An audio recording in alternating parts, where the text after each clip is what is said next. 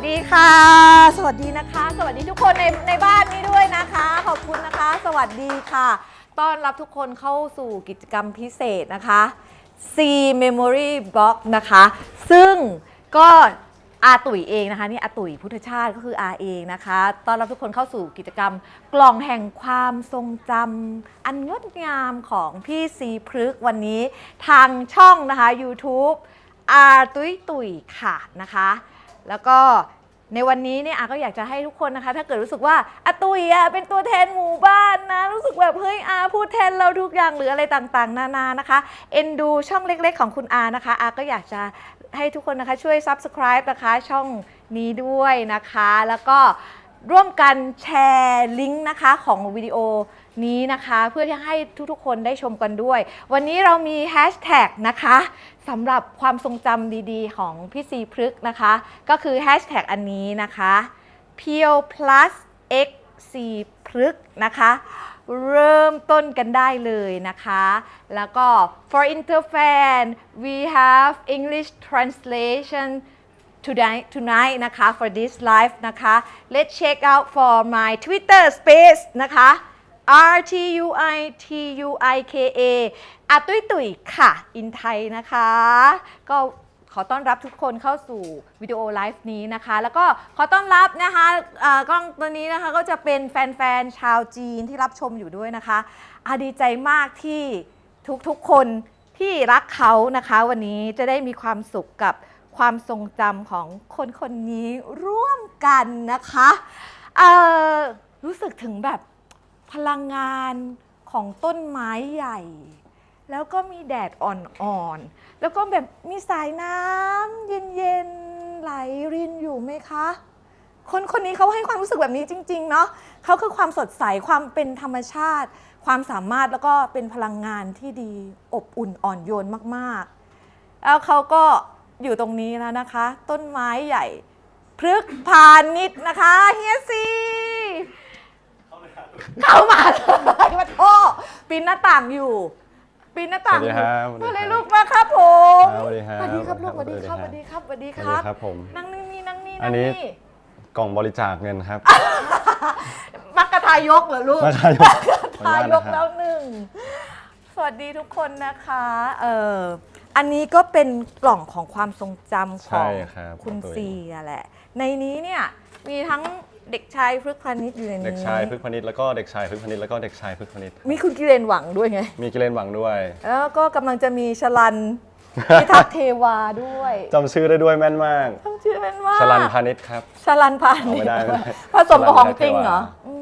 อยากเจอเขาเร็วๆตอนนี้แบบว่าได้ดีไซน์เขาไว้บ้างยังคะบ้างครับตั้งแต่วันถ่ายทีเซอร์ครับป้าตุ้ยงานหนักรออยู่ข้างหน้าขอให้กำลังใจเฮ้ยไม่หนักจะพูดอย่างนั้นถ้าเราคิดว่ามันหนักมันก็จะหนักใช่เราต้องคิดแบบดีไว้ก่อนนี่ไงคือแบบในแบบแต่ก็หนักจริงครับมันหนักจริงๆโดยเนื้องานมันหนักแต่ห้ามคิดแบบนั้นแต่ใจของเราต้องคิดแบบนี้ใช่ไหมถึงได้ผ่านมาถึงทุกวันนี้ได้ใช่ถ้าว่าเวลาไม่ว่าจะเป็นเรื่องงานหรือว่าไม่มีขัดเจ้ากรรมนายเวรครับผมเมื่อกี้พูดอะไรเนี่ยก็เรื่องหนักๆทั้งหลายทำไมนะห้ามคิดถึงว่าทำอะไรแล้วมันรู้สึกเหนื่อยหรือว่ามันหนักครับเพราะว่าสมมติถ้าเรามีคำนี้ในหัวอะไรต่างๆมันก็จะมีแบบมันจะ thinking ด้วยคำนี้ขึ้นมาเราต้องแบบลองทำลุยแล้วก็ถึงมันห้ามแบบว่าคิดในหัวอยู่ตลอดอะไรเงี้ยคำอะไรที่เป็นทางลบอะไรเงี้ยไม่งั้นมันจะวนอยู่ใช่ต้องลองทำลุยครับผมถึงแม้ว่าแบบจะปีนภูเขาสูงแค่ไหนก็ต้องใช้คำนี้เหนื่อยปีนภูเขางานของเธอหนักกว่าปีนภูเขาไม่จะปีนภูเขาเอเวอเรสต์เหมือนกันนะมันเหมือนปีนภูเขาจริงแต่ก่อนที่อาจจะได้ไปเปิดความทรงจำของคุณซีพฤกษ์เขานะคะวันนี้ต้องขอบคุณมากๆด้วยนะคะพี่ตุลที่แบบสนับสนุนอยู่เสมอแล้วก็ได้ทำกิจกรรมดีๆให้กับเสมอนั่นก็คือผลิตภัณฑ์ Peel Plus Shield Sensitive นะคะตัวนี้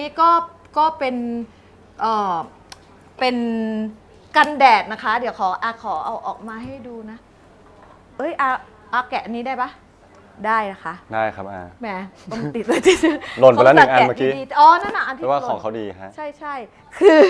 อันนี้ค่ะมันเป็นผลิตภัณฑ์กันแดดนะคะวันนี้เราใช้แฮชแท็ก Peel Plus X ซีพฤกษ์นะคะตัวนี้ค่ะเป็นกันแดดอะค่ะที่แบบหลายๆคนไม่ใช้กันแดด ผิวของเรามันก็อาจจะโดนแดดทำลายหรือว่าแม้แต่แสงไฟบ้านแบบนี้อะค่ะ โอเคทาเลยฮะ อ้าวใจเย็นนะคะเฮียทำแล้วค่ะ โอเคครับ ก็คือแบบว่าตัวเนี้ยคือเราเคยมีผลิตภัณฑ์ Pure Plus Shield ที่พี่ซีกับหนูนิวเคยมาค่ะใช่ไหมคะตอนนั้น แต่ตัวเนี้ยมันไม่เหมือนเดิมเพราะว่ามันเป็นสูตรเซนซิทีฟที่พออาแก่อายุ 46 ปีอะพี่ซีอาก็รู้สึกว่าทำไมแบบหน้าอาค่ะกระลึกที่อาเคยเป็นตอนเด็ก แล้วมันก็ดีขึ้นมาแล้วจากการบำรุงจาก Pure Plus นะคะทำไมช่วงนี้มันแบบชัดขึ้นมาอาจจะด้วยอายุของอาก็ปรากฏว่าค่ะเราทากันแดดกันรอบเดียวตอนเช้า ครับ ตอนเย็นก็อาบน้ำแล้วไม่มีใครทากันแดดถูกไหม ใช่ แต่ว่ารังสีแสงที่มันทำลายผิวมันยังอยู่อะค่ะ แสง visible light เต็มไปด้วยรังสีอะค่ะ ที่มันจะก่อให้เกิดริ้วรอย มือถือด้วยใส่มือถือด้วยใช่ไหมฮะใส่คอมพิวเตอร์ด้วย ใช่ นักเล่นเกมทั้งหลาย นักเล่นเกมก็อาจจะโดนแสงนะ ไม่ได้ติดเกมแล้ว อ๋อไม่ติดแล้วเหรอเลิกแล้วไม่มีเวลาเล่นหรอกนะมีอยู่ฮะนิดนึง มีอยู่ใช่ไหม นิดนึง แวบๆเนาะโชยๆก็แสงจากจอมือถือนะคะ หรือว่าจอคอมพิวเตอร์ หรือว่าจะเป็นเรานั่งดูซีรีส์ทั้งวันทั้งคืน ก็แสงจากจอโทรทัศน์ด้วย แสงสว่างอย่างนี้ด้วยนะคะ ของตอนกลางคืนนะคะ คืออานอนตีสี่ตีห้าไง มันก็เลยมีทั้งริ้วรอย แล้วก็กระลึกเนี่ยมันชัดขึ้นมาอาก็เลยบอกว่าช่วยทำกันแดดที่มีค่าปกป้องสูงกว่าเดิม คือ 65 เลยค่ะ แล้วก็มีสามารถที่จะปกป้องได้นานขึ้น ค่า PA ตัวนี้ไม่ใช่แค่ 3 บวกนะคะ PA ตัวนี้บวกคือ 4 บวก 4 บวก สามารถใช่ทาตอนกลางคืนได้ แล้วก็ต้องอ่อนโยนด้วยเนื้อของมันก็จะต้องแบบทาแล้วสบายตัวไม่เหนอะหนะเพราะถ้าเหนอะก็ไม่ทาแหละแล้วก็คนที่เขาไปขี่จักรยานนะคะ แล้วก็ไปวิ่งมาราธอนต่างๆเนี่ยอุ้ยมือสั่นนะอยู่ใกล้ซี เนี่ โอย เคครับ ใช่โอ้ยโห เดี๋ยว ก็ ฝากซื้อกันนะครับ เอา เพื่อหนัก ฝาก เพื่อเอาตัวหนัก ก่อน เพื่อเอาตัวห ได้ นัก ดีมากค่ะลูกขอบคุณมาก ก็เนื้อมันเกลี่ยง่ายแบบนี้ค่ะ เบาแล้วมันก็จะรู้สึกเย็น แล้วก็มันไม่ทำให้หน้ามันแล้วก็ไม่ทำให้หน้าเป็นสิวอะค่ะ กันแดดบางอันที่หลาย ๆ คนไม่ทามันเพราะว่ามันทำให้ เหนียว แบบ หนา เหน ใช่ อะ ไหม หนาแล้วก็อุดตันหน้า ชอบ เป็น ชอบ สิว เนื้อแบบเนื้อบางเบา เนี่ยเนื้อบางเบาแล้วก็มันทำให้ผิวของเราค่ะ ดูสุขภาพดีขึ้นมานิดนึงหลังจากทาด้วยนะคะ มันปรับเรื่องของสีนิดนึงนิดเดียว แต่ นะ ชอบ คะ ตรงที่อาตุยบอกว่าทาแบบตอนกลางคืนก็ได้ ทั้งคืน ใช่ หลับไปเลยได้ครับน้อง หลับไปเลยได้ ครับผมเพราะว่าบางคนเปิดไฟนอน ช่วงนั้นแหละแสงก็จะทำลายผิวเราอะค่ะ แล้วก็ตัวนี้ค่ะลูกเล็กเด็กแดงเบบีก็ใช้ได้นะคะอาส่งตรวจกับสถาบัน Green Leaf ซึ่งเป็นสถาบันที่ตรวจว่าไม่มีสารต้องห้ามไม่ทำให้ระคายเคืองนะคะ ก็ได้รับใบรับรองจากสถาบัน Green Leaf ด้วย ทีนี้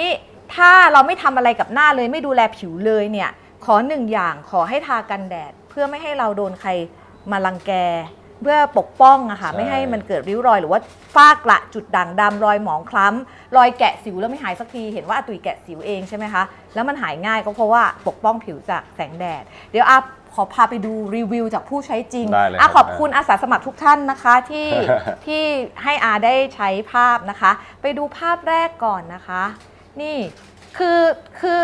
คนก็จะบอกว่าหุย Pure Plus เป็นแบรนด์เดียวนะที่ภาพ after เป็นวิดีโอนะคะแล้วก็ไม่ได้แต่งหน้าไม่ได้แต่งภาพก็คือว่าภาพแรกเราจะเห็นเลยว่าเธอยังอายุไม่มากอะค่ะแต่ตรงที่ใกล้แสงแดดก็คือหน้าผากแล้วก็จมูกเห็นไหมแล้วก็ตรงปากอะค่ะก็จะเหมือนแบบเป็นร่องหนวดหรือเป็นอะไร แล้วก็ผิวก็ไม่สม่ำเสมอนะคะ อาจจะมีรอยแกะสิวอยู่บ้างอะไรต่างๆนา เว้ย นา นี่เนียนขึ้นมากเลยฮะ เนียนขึ้นมากค่ะ คือถ้าไม่ใช้อะไรเลยก็ปกป้องไม่ให้ตัวเองโดนทำลายจากแสงแดด ก็จะเห็นได้ว่าพอหน้าเนียนแล้วอ่ะ ก็ดูเธอสวยแบบไทยๆนะคะ ใช่ไหมคะ พอหน้าเนียนแล้วพอหน้าแบบผิวสม่ำเสมอแล้วเนี่ย จะดูหน้ามองอะค่ะ มันจะดูละออตาขึ้น ขอบคุณรีวิวท่านนี้มากๆเลยนะคะขอดูอีกหนึ่งท่านนะคะท่านเนี้ยจะมองได้เห็นว่าฝ้าค่ะ ฝ้าอยู่ข้างๆแก้มเยอะมากๆ แล้วก็ปัญหาของคนไทยหรือว่าทั่วโลกแหละ เพราะว่าต่างประเทศยุโรปเนี่ยมีเรื่องของมะเร็งผิวหนังด้วยนะคะเรื่องแดด แต่ว่าถ้าเราปกป้องไว้นะคะก็จะไม่แสบหน้าแล้วก็จะไม่โดนทำลาย ก็เนี่ยค่ะผิวเรียบเนียนขึ้นมา แล้วก็แววตามีความสุขเห็นไหมคะเห็นไหมคะแล้วก็ถ้าแต่งภาพเนี่ยขี้แมงวันจะต้องเลือนนะคะใช่ไหมคะในฐานะหนุ่มนิเทศเนาะถ้าอาใช้เทคนิคในการแต่งให้มันไบรท์ขึ้นเนี่ยข ที่แมงวันของเขาก็จะต้องหายไปนะคะตรงปากตรงอะไรนะคะ วิตามินขึ้นเยอะเลยอาตุย ขึ้นนะคะ แต่เป็นสิ่งที่สำคัญอยู่แล้วใน ใช่ แบบการทาครีมกันแดดนะครับ ใช่ไหม ใช่แก่มาก็จะมีฝ้ามีกระ จริง ใช่ผมว่าผมต้องใช้แล้วฮะ อ๋อนี่คือต้องใช้ให้สม่ำเสมอด้วยพี่ เพราะว่าแก่แล้ว ยังแบบว่าเป็นหนุ่มเต็มตัวแล้วกันก็ เป็นหนุ่มเต็มตัวเหรอ เป็นห ตุ นุ่ม ย เต็มตัวเป็นหนุ่มจริง ๆ แบบเข้าสู่วัยผู้นำของบ้านจริงๆ ผู้นำของบ้าน ก็คือแบบคนที่จะโตขึ้นมาแบบ ผู้นำข เป็ อน งบ้าน เป็นแบบเสาของบ้านในเจเนอเรชันต่อไป คือได้ข้ามจุดนั้นแล้วเพราะมาสู่วัยกลางคนแล้วลูกนะคะ ก็ต้องขอบคุณ Pure Plus Chill ด้วยนะคะ ที่สนับสนุนนะคะ แล้วก็ไปติดตามได้นะคะใน Line แอดอาตุ๋ยหรือว่า @Pure Plus นะคะ เหมือนแบบหลายคนบอกว่าดูไลฟ์แล้วอยากจะมาอุดหนุนนะคะอ่านแล้วนะอ่านดูแล้วนะแล้วก็ชื่นใจมากๆนะคะต้องขอบคุณทุกคนด้วยนะคะที่อยู่ทั้งในห้องนี้นะคะ แล้วก็ทีมหน้าจอด้วยที่ทุกคนน่ะสนับสนุนนะคะซื้อแพ็คของ Pure Plus แล้วก็ได้เข้ามานะคะ ทุกคนเป็นเจ้าของกิจกรรมวันนี้ด้วยกันขอบคุณมากนะคะ แล้วก็ที่อยู่ทางบ้านด้วยนะคะ ขอบคุณมากค่ะ ขอบคุณที่ทำให้มีกิจกรรมแบบนี้นะคะขออนุญาตเริ่มต้นเลยแล้วกันนะคะ ครับผม ภาพแรกขอดูกล่องของความทรงจำหน่อย ได้ครับผมกล่องน่ารักมาก น่ารักมากค่ะ กล่องนี้นะคะ ทุกคนที่มาที่นี่ก็จะได้กล่องนี้ด้วยนะคะคราวแล้วกล่องของหนูนิวอ่ะ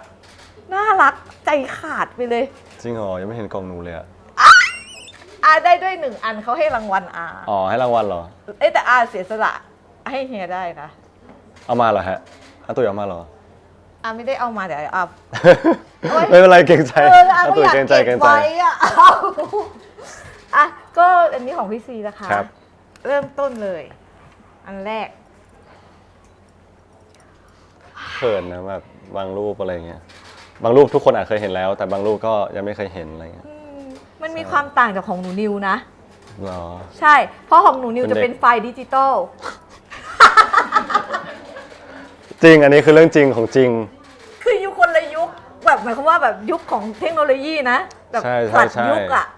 ใช่ประมาณ เฮียกับ 9 ปี เฮียกับหนู9 ปีอะคะ 9 ปีครับผมคนละเจน ฉะนั้นน่ะภาพของเฮียตอนบางช่วงก็ไม่ได้เป็นดิจิตอลนะคะ ไม่แต่อาตุ๋ยมันมีความหมายมันมีเรื่องราวไง ใช่ มันขลังครับมัน มัน ขลัง ขลังเขาเรียกว่า มั แบ น บ ขลัง นั้น นะทุกคน เด็กรุ่นใหม่จะไม่มีนะคะว่าเป็นโอกาสดีของคุณซีพึกที่มีโอกาสได้ใช้ วินึกถึงแบบว่าที่บ้านเลยฮะมีแบบว่ารูปถ่ายแล้วก็เป็นอัลบั้มที่แม่วางเก็บไว้อะ ใช่แม่ ใคร เก็บ ไป ไว้ตลอด ใครมาก็เปิดเนาะ ใช่แล้วก็จะมีเนี่ยเขาเรียกว่าอะไรอะสมุดที่มันแบบ แปะ แปะแล้วก็ เปิดกาวออกมา เปิดกาวออกมาใช่ ยุคนั้นแหละ แล้ว ฮะ บาง ยุค ที นั้นแหละ คุณแม่ก็จะเขียนอะไรเอาไว้ด้วยอะไรอย่าง ใช่ เงี้ย มี ใช่ไหม มีครับผมอันก็แบบว่าหน้าหายไปบ้างเก่าฮะ มันเลือนบ้างอะไรบ้าง มันเลือนบ้างแล้วก็แบบแม่ก็เก็บเขาเรียกว่าอะไรอะฟิล์ม อือฮึ ฟิล์มที่ล้างอะครับไว้ เผื่อจะไปอัดเพิ่มเป็น ใช่ รูปภาพจัมโบ้แต่ก็ตอนนี้อัดไม่ได้แล้วนะ เพราะว่าฟิล์มเก่านะคะ ภาพแรก โอ้ยละอ่อนคนนี้เป็นนะ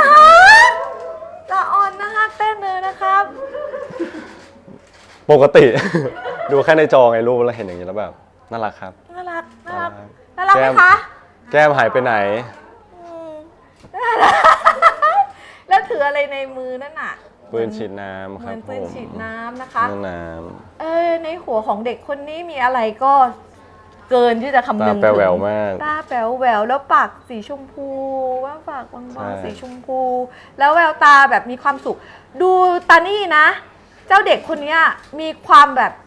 มั่นคงในตัวเองมากดูจากภาพแล้วอะ ยังไงตัวมันคง มันเหมือนพี่ซีนะที่ อืม พี่ซีมีความแบบมั่นคงในตัวเองเหมือนต้นไม้ใหญ่จริงๆนะ เอ้ยแต่น้องเขามีความสุขนะน้องคนเนี้ย อืมเขาเป็น แวว กล้า ตามี ไม้ ความสุข ถูกไหนลองพูดถึงตัวเองในรูปนี้หน่อยสิ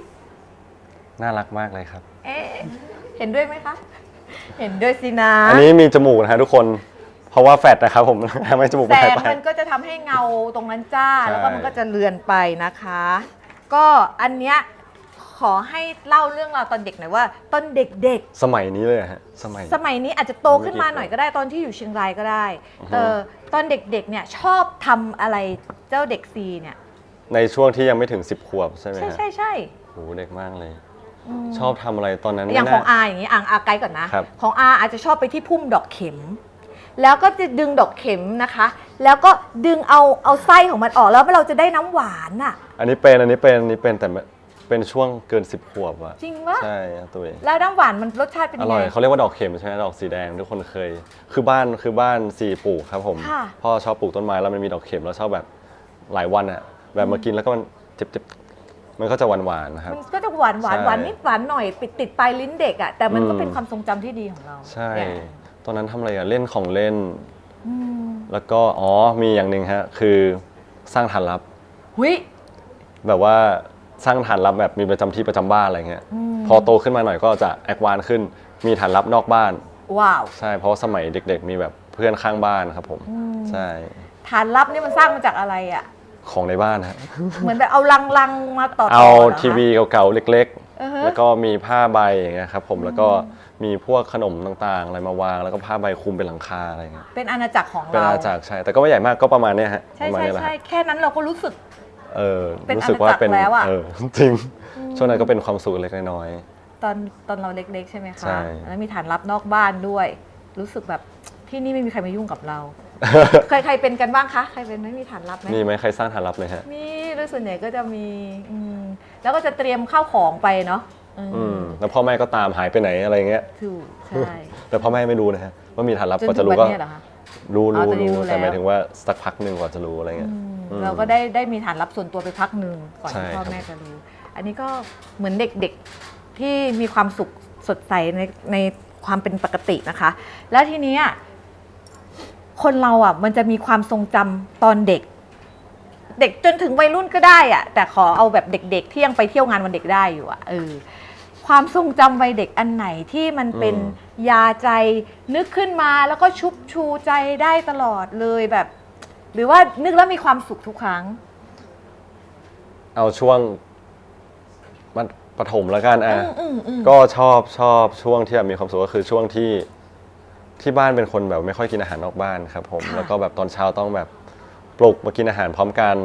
โอ้โห ใช่แล้วก็ตอนเย็นก็พ่อจะทำอาหารให้ทุกมื้อเลย ใช่คุณพ่อคุณแม่ก็จะทำอาหารให้ทุกมื้อแล้วก็กินด้วยกันอะไรเงี้ยครับผมก็จะเป็นทุกครั้งที่เราได้มี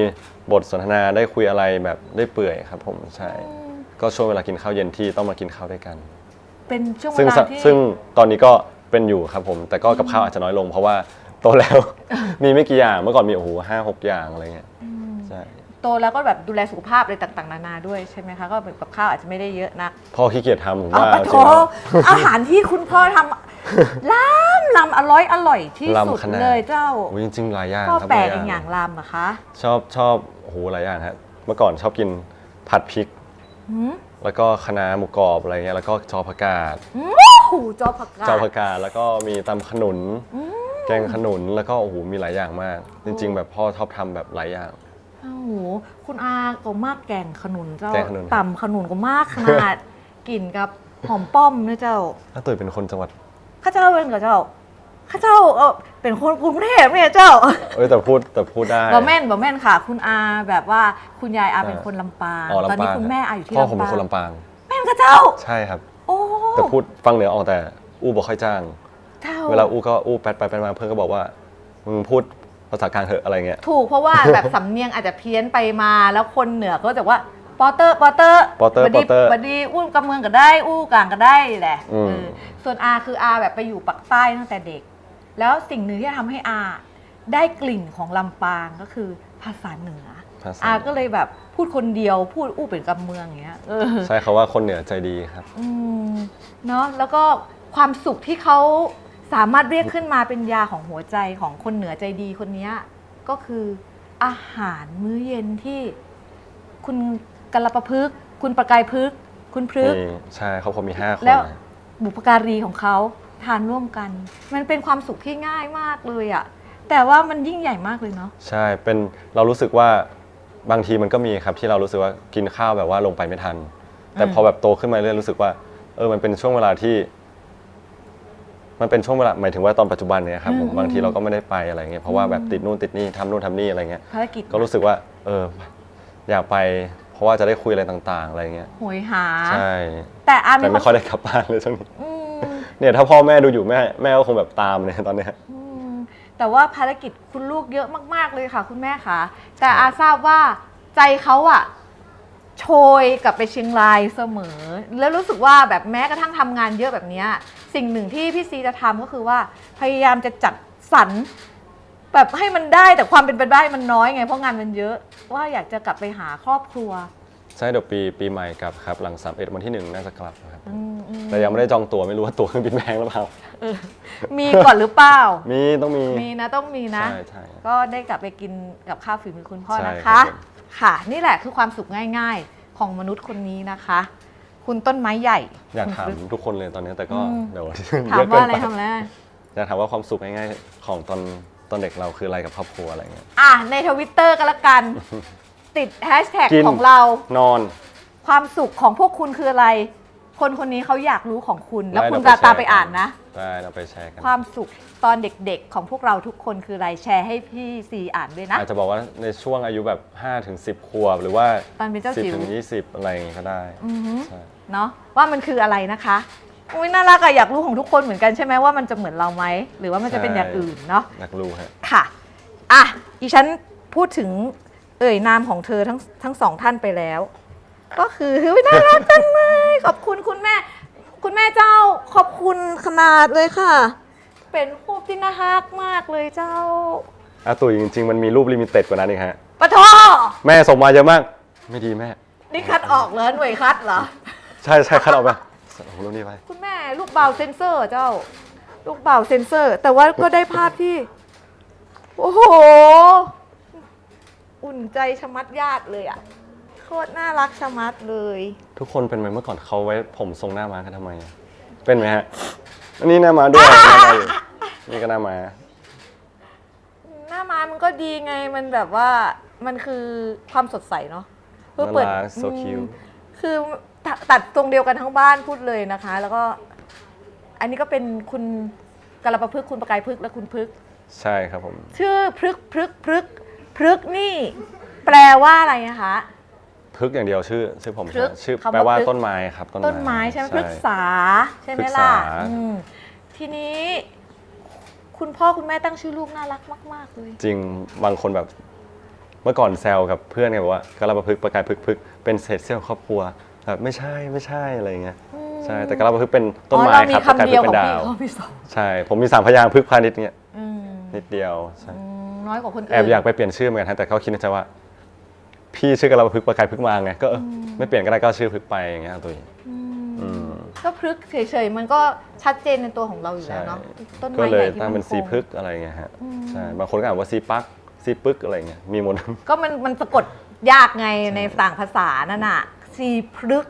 ษ์คือต้นไม้นั่นเอ คื ง อต้นไม้ เพราะว่า ครับ คุณพ่อท่านชอบ ต้นไม้ใช่ ถ้าทุกคนได้ไปบ้าน ทุกคนเคยเห็นแหละแต่ป่าเต็มเลยฮะไม่เชิงป่าแต่ต้นไม้เยอะมากแล้วพ่อปลูกเองหมดเลย นั่นน่ะ ใช่ปลูกเองปลูกแบบต้นไม้หรือว่าเปลี่ยนหรือว่าอยากจะตัดอะไรเงี้ยพ่อตัดหมดเลย ท่านก็จัดการ เค ดู ย แล ไป ด้วยตัวเอง ใช่เคยไปช่วยพ่ออย่างเงี้ยแล้วแบ แล้ บ วเป็นไง พ่อทำเร็วมาก แล้วแบบพ่อแบบว่าไม่ใส่ถุงมือแล้วก็กำแล้วมันมีหนามเลยเจ็บอ่ะ อืมเหมือนพ่อ อันนี้ก็ไปเอาถุงมือมาช่วยอะไรเงี้ยโหดมาก คือแต่เขาจะมีความอดทนนะ ใช่ แล้วก็ ใช่ มือเขาก็จะทนด้วย เพราะว่าหัวใจเขารัก อืม แล้วเขาก็เอาความรักของ ชบ เขาที่มีต่อต้นไม้นั่นแหละมาอยู่ในชื่อของลูกๆของเขานะคะกระประพฤกษ์ต้นไม้ที่เนรมิตทุกอย่างอยู่บนนั้น มีอะไรทั้งหมดทั้งมวลก็คือแบบสิ่งที่เขาเนรมิตไว้ในกระประพฤกษ์ กระประพฤกษ์ครับ กระประพฤก สิ ษ์ พฤกษ์เองครับแล้วก็ประกายพฤกษ์ครับ ประกายพฤกษ์ก็เป็นดวงดาว ใช่ ที่จะบอก เป็นดวงดาว ที่จะบอกทิศทางให้กับคนด้วยใช่ไหมดาวประกายพฤกษ์ดาวประจำเมืองคิดเก่งมากเลย มีความทรงจำดีๆ กับทั้งสองท่านยังไงคะ ตอนเด็กมีอยู่ครับผมก็เล่นกันครับผมแต่ตอนโตก็ทะเลาะกันหน่อย โอ้โห ของอาทะเลาะแต่เด็กเลยอ่ะ น่าจะเป็นเรื่องปกติอ่ะเพราะเราเป็นลูกคนสุดท้องแล้วก็แบบว่าจำได้ตอนนั้นตอนเด็กๆเนี่ยประมาณโตกว่านี้ขึ้นมาหน่อยครับพี่ชอบแบบว่าเล่นหักนิ้วอ่ะหักนิ้วเท้าหักนิ้วมืออะไรเงี้ยตัวเองแล้วแบบมันทรมานเราไม่ชอบฟังเสียงแล้วมันรู้สึกแบบ เขาหักเขาเองนะเขาไม่ได้หักเธอใช่ไหม หักผมด้วย ปะโถน้อง หักเขาเองก็ไม่ชอบฟังเสียงก็ไม่ชอบแล้วก็มาหักผมแล้วตอนนั้นก็ร้องไห้เลยจำได้ร้องไห้แล้วก็พ่อก็มีแบบว่าเคี่ยนพี่สาวด้วยอะไรเงี้ยสมัยนั้น น้องทำไม ใช่ น้องตกใจอะ รู้สึกผิดเลยแล้วมาฟังตอนนี้รู้สึกผิดแต่ตอนนั้นไม่รู้เรื่องอะไรเลย นิ้วของเราอ่ะ มันอยู่ดีๆมันก็เสียงดังกรึกแล้วก็มันรู้สึกครึกด้วยใช่ไหม เจ็บ เด็กก็จะตกกระจาย เจ็บหรือเปล่าไม่รู้นะแต่ว่าเด็กที่หัก มัน ไม่ เสียว เป็น อะ แล้วมาหักนิ้วคนอื่นอ่ะ มันอาจจะเกิดความเจ็บได้มันก็เจ็บจริงนั่นแหละ อันนั้นก็เป็นแบบความทรงจำที่เกิดขึ้น ครับ แล้วพี่สองคนแบบเขาทำอะไรเพื่อพี่ซีแล้วพี่ซียังคงประทับ โอ้โห ใจอ ตอน ยู่ ปัจจุบันหรือว่าปัจจุบันเลยเนาะ ได้หมดเลยตลอดถึง ต วั อน น นี้ นี้เลยลูก แม่ยกผู้ปกครองเป็นกรประพฤกษ์ครับพี่คนโต เหรอ ใช่ครับผมใช่เป็นผู้ปกครองไปแล้ว อำนาจสิทธิ์ขาดอยู่ที่คุณเขา อำนาจสิทธิ์ขาดก็ปรึกษาแม่แต่ก็ให้พี่สาวคนโตช่วยตัด เข้า สิน มา ใจ ดู ครับ น้อง ใช่แล้วก็จริงๆ แม่กับพี่สาวดูแลบริษัทอยู่เปิดบริษัทแล้วอะไรเงี้ยใช่ เปิดบริษัทอะไรคะ บริษัทของตัวเองนี่แหละ อ๋อ ใช่ แต่ไหนเล่าให้ฟังหน่อยได้ไหมอะ เล่าให้ฟังก็เปิดบริษัท เพราะว่ามันมีหลายปัจจัยครับผม อ๋อ ใช่ก็เลยให้พ่อแม่ดูแลด้วย นึกว่าบริษัท เรื่องภาษี ผล ด้ว ไม้ ยต่าง ผล ๆด้ว ไม้ ยใช่ ด้วยนะคะ ทำแบรนด์ในปีหน้าด้วยอะไรเงี้ยครับ ติดตามรอดู ใช่ นะคะ พนักงานบริษัทยังขาดนะฮะสนใจไหมฮะ อ่ามาตามหาพนักงานแล้วหนึ่ง โอ้ยแต่มันยุ่งยากมากเลยนะตุ๋ยมันเป็นอะไรที่แบบว่า ต้องมีความรู้อีกเยอะมาก การเปิดบริษัทก็ยุ่งยากแล้วก็ศึกษาเรื่องภาษีศึกษาอะไรต่างๆแบบเยอะมาก ก็เป็นอีกเรื่องใหม่ที่จะต้องศึกษา คน ใช่ เราเรียนรู้ไม่จบไม่สิ้นเนาะ มันเหมือนเป็นหน้าที่ที่เราต้องทำอ่ะ ใช่ โดยที่แบบว่าถึงเวลาเราก็ต้องแบบศึกษาอะไรเงี้ยครับ หลายบทบาทหลายหน้าที่ก็เป็นไปตามความเติบโต ใช่ ของเรา เป็น นั่น ป แห ระ ละ ธานบริษัทครับ โอ้ เป็นประธานน้ำดื่มกิเลน ไม่ใช่ เดี๋ยวรอดูว่าผลิตภัณฑ์ของเขาจะเป็นยังไงนะคะ แล้วก็ ครับ ตามไปซัพพอร์ตเชื่อมั่นว่าพี่ซีทำอะไรก็ดี อุ้ยแต่ก็ จริง ก่อนจะทำอะไรเป็นชิ้นเป็นอันก็มันต้องผ่านอะไรมาเยอะเหมือนกันนะ รู้จริง ๆ เมื่อกี้คือคนแบบเขาคือเดินเข้ามาแล้วเขาก็จะรอเลยก็ได้ แต่เขาก็แบบมาดูกล้องมาดูอะไรคือแบบเป็นคนที่มีความสนใจด้านนี้มากๆจริง ๆเสมอด้วยนะคะงั้นก็ขอเก็บภาพนี้ไปก่อน หมดแล้วครับผมมี2 ลูก คุณมีเยอะกว่านี้ค่ะเอารูปที่ใช้ไปแล้วเอาอยู่นี่ ครับ เนี่ยแหละคนความทรงจำของตุ้ยไม่มีนะคะอีกหนึ่งภาพว้าว โตขึ้นมาหน่อยฮะอันนี้ ใช่ค่ะ เป็นภาพนี้ค่ะทุกคนค่ะเป็นภาพนี้แอน โลกอะทำอะไรอะ คือ แต่ตอนนั้นก็จำไม่ได้ว่าทำอะไรอะคงซนอะไรสักอย่าง คือรูปที่คุณพ่อท่านรับปริญญานะ เอาด้วย คะ ความหน้าม้า ใช่ แสกกลางด้วย เรื่องทรงผมดรอปไปเลยกับเรื่องโพสต์ แล้ว ค่ะ ตอนนี้ก็หน้าม้าด้วยตอนนี้ หน้าม้าเข้ากับหน้าค่ะ ดีค่ะ เด็กครับเด็กลง ใช่ ทำให้เราเด็กลง ก็คือภาพเนี้ยการรับปริญญาบัตรของคุณพ่อ ทุกคนในภาพก็ควรจะเก๊กเคร่งขรึมนิดหน่อยเพราะคุณพ่อท่านเป็นนักการศึกษาด้วยนะคะ แล้วก็แต่ว่ารูปนี้โฟโต้บอมคือใครคะ ใช่ยังซีนครับยังซีน อันนี้ถ่ายที่บ้านเก่าครับผมอยู่เชียงรายมีบ้าน2 หลัง อันนี้บ้านเก่าครับผมใช่ คือพอลูกๆโตก็ต้องย้ายบ้าน ใช่ตอนนั้นเรียนอนุบาลเชียงรายครับผมทั้ง3 คนเลยใช่ห่างกันอย่างละ3 ปีครับผมพี่สาวของผมคนโตสุดก็6 ปีอุ๊ยแต่แม่สวยมากเลย คุณแม่สวย ใช่ อ่อนละมุนมากๆเลยค่ะ คุณพ่อก็หล่อเข้มนะคะ แม่ทาครีมกันแดดมาหนาแน่เลย ไม่ หน้า ใช่ ขาวจั๊วออสแฟต แม่ไม่โดนแดดเลยสงสัยอยู่ใต้ร่มไม้ของพ่อ แม่เป็นคนผิวขาวครับใช่ พูดถึงคุณพ่อคุณแม่ค่ะ ว่าตอนเด็กๆเนี่ย การรับรู้ของเราของคุณพ่อคุณแม่มาตอนนี้นิยามความเป็นคุณพ่อความเป็นคุณแม่ให้ฟังหน่อยได้ไหมคะว่าพ่อเราเป็นแบบยังไง นิยามเหรอครับผมคุณพ่อก็ผมชอบ พ่อเป็น คติประจำใจของพ่อมาก เจอแล้วเหรอ ใช่ผมใช้ในช่วงนั้นมาตลอดครับผมแต่ช่วงโตขึ้นก็มีความคิดมากขึ้นอะไรเงี้ยพ่อเคยบอกว่าการชนะใจตัวเองเป็นการชนะที่ยิ่งใหญ่ ว้าว ใช่ในการที่เราจะเริ่มทำอะไร คุณต้องแบบชนะใจตัวเองก่อน ใช่มันก็เป็นก้าวแรกสำคัญแบบ เรา ส ช มมติ นะ ว่าคุณอยากทำอะไรอย่างหนึ่งอะถ้าคุณไม่เริ่มจากการที่ชนะตัวเองได้ที่อยากจะทำออกมาอะไรเงี้ยมันก็จะไม่ได้เริ่มออกทันที แม่ก็จะพูดว่าทอทำทันทีอะไรเงี้ยถ้าไม่เริ่มทำมันก็จะไม่เกิดอะไร เราก็จะไม่รู้ว่าสิ่งนั้นมันคืออะไรเป็นแบบไหน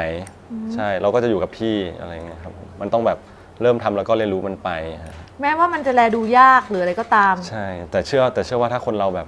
ตั้งใจจะทำอะไรแล้วมันไม่น่าจะยากเกินความสามารถครับผมประสบการณ์หรือปัญหาข้างหน้าก็เรียนรู้เอาข้างหน้าอะไรเงี้ย ใช่ค่อยๆเป็นค่อยๆไป ทุกคนที่ฟังอยู่รู้สึกเหมือนอาไหมคะว่า ฟังไม่ออก คติ มีตัวแปลด้วย ใช่มีพี่เมย์แปลให้อยู่ไง อ๋อพี่เมย์ ต้อง แปล พู ให้ ด อยู่ ดังๆให้พี่เมย์ อ๋อเหร ได้ อฮะ ยินนะพี่เมย์พยายามเงี่ยหูฟัง พี่เมย์มานั่งนี่นะ ก็ทุกคนฟังอยู่เหมือนแล้วรู้สึกเหมือนอาไหมว่าคำของคุณพ่ออะโอบกอดพี่ซีอยู่ตลอดเวลา ตั้งแต่ประโยคแรกที่อาบอกว่ามันยากไหมอะงานปีหน้ามันหินไหมพี่ซีก็จะบอกว่าเราต้องไม่พูดว่ามันหิน เราต้องพูดว่า เคย เรา เอา ต้อง จริงเมื่อก่อนเป็น ลงมือทำ ครับเมื่อก่อนเป็น ก็เราจริงๆมันห้ามไม่คิดไม่ได้หรอกทุกคนอะแต่แค่แบบว่าเราก็เคยผ่านมาแล้วแล้วรู้สึกว่าเป็นอย่างนั้นก็เลยเหมือนมาแชร์ประสบการณ์ชีวิตอะไรอย่างเงี้ยครับผมใช่แล้วเรารู้สึกว่าการที่อยู่กับสิ่งลบๆหรือว่าสิ่งอะไรที่มันดูแบบท็อกซิกอยู่ตลอดเวลาอะไรเงี้ยเรารู้สึกว่ามันจะทำให้การดำเนินชีวิตมันแบบยิ่งเหนื่อยอะไรเงี้ยเราเคยเก็บคิดไหมก็เคยเก็บคิด แต่เราก็ต้องแบบว่า แล้วแต่เรื่องแล้วแต่ราวอะไรเงี้ยแล้วแต่สิ่งที่ทำเราผิดไหมเราถูกไหมอะไรเงี้ยครับ ก็เลยทำให้พี่ซีเป็นคน energy นี้ตลอดเวลา เป็น energy บวก อ๋อบวกฮะ เป็น energy บวกแล้วก็เป็นให้กำลังใจ เพราะว่าสิ่งที่เขาจะทำแต่ละอย่างเนาะเนี่ยประสบการณ์ใหม่ของการเป็นประธานบริษัทในเบื้องหน้าที่รออยู่อีกก็ไม่เบาเรื่องอะไรที่เราต้องศึกษาอีกก็มาก ไม่แต่อาตุ๋ยเมื่อก่อนก็เป็นคนที่แบบว่าเขาเรียกว่าอะไรอ่ะ อือฮึ ดิ่งอยู่เหมือนกัน เหรอ ใช่แต่มันแค่ผ่านมาแล้ว อือฮึ ใช่ แต่มันก็โชคดีที่แบบ แต่ถามว่าช่วงนี้ก็มีไหมมันก็มีเป็นเรื่องปกติเพราะว่าเราก็เป็นมนุษย์เหมือนทุกคนอะไรอย่างเงี้ยครับ หัวใจมันก็อ่อนๆเหมือนหัวใจทุกพวกเราทุกคนแหละ ยิ่งวันไหนไม่สบายแล้วก็เหนื่อยอะไรเงี้ยมันยิ่งแบบดิฟอะไรอย่างเงี้ยก็มี แล้วปูเชิดหน้าหายใจเข้าออกมาใหม่ได้เพราะอะไรคะ ก็ ดิ่งอยู่แล้วแบบ นอนครับ นอน สมมติถ้าเหนื่อยตอนดึกๆก็อาบน้ำอะไรเงี้ยมันก็จะทำเหมือนรีเฟรชร่างกายรีเฟรชสมองตัวเองไปด้วยแล้วก็รู้สึกแบบเอาวะอะไรเงี้ยอะไรแต่ละเรื่องอะไรเงี้ย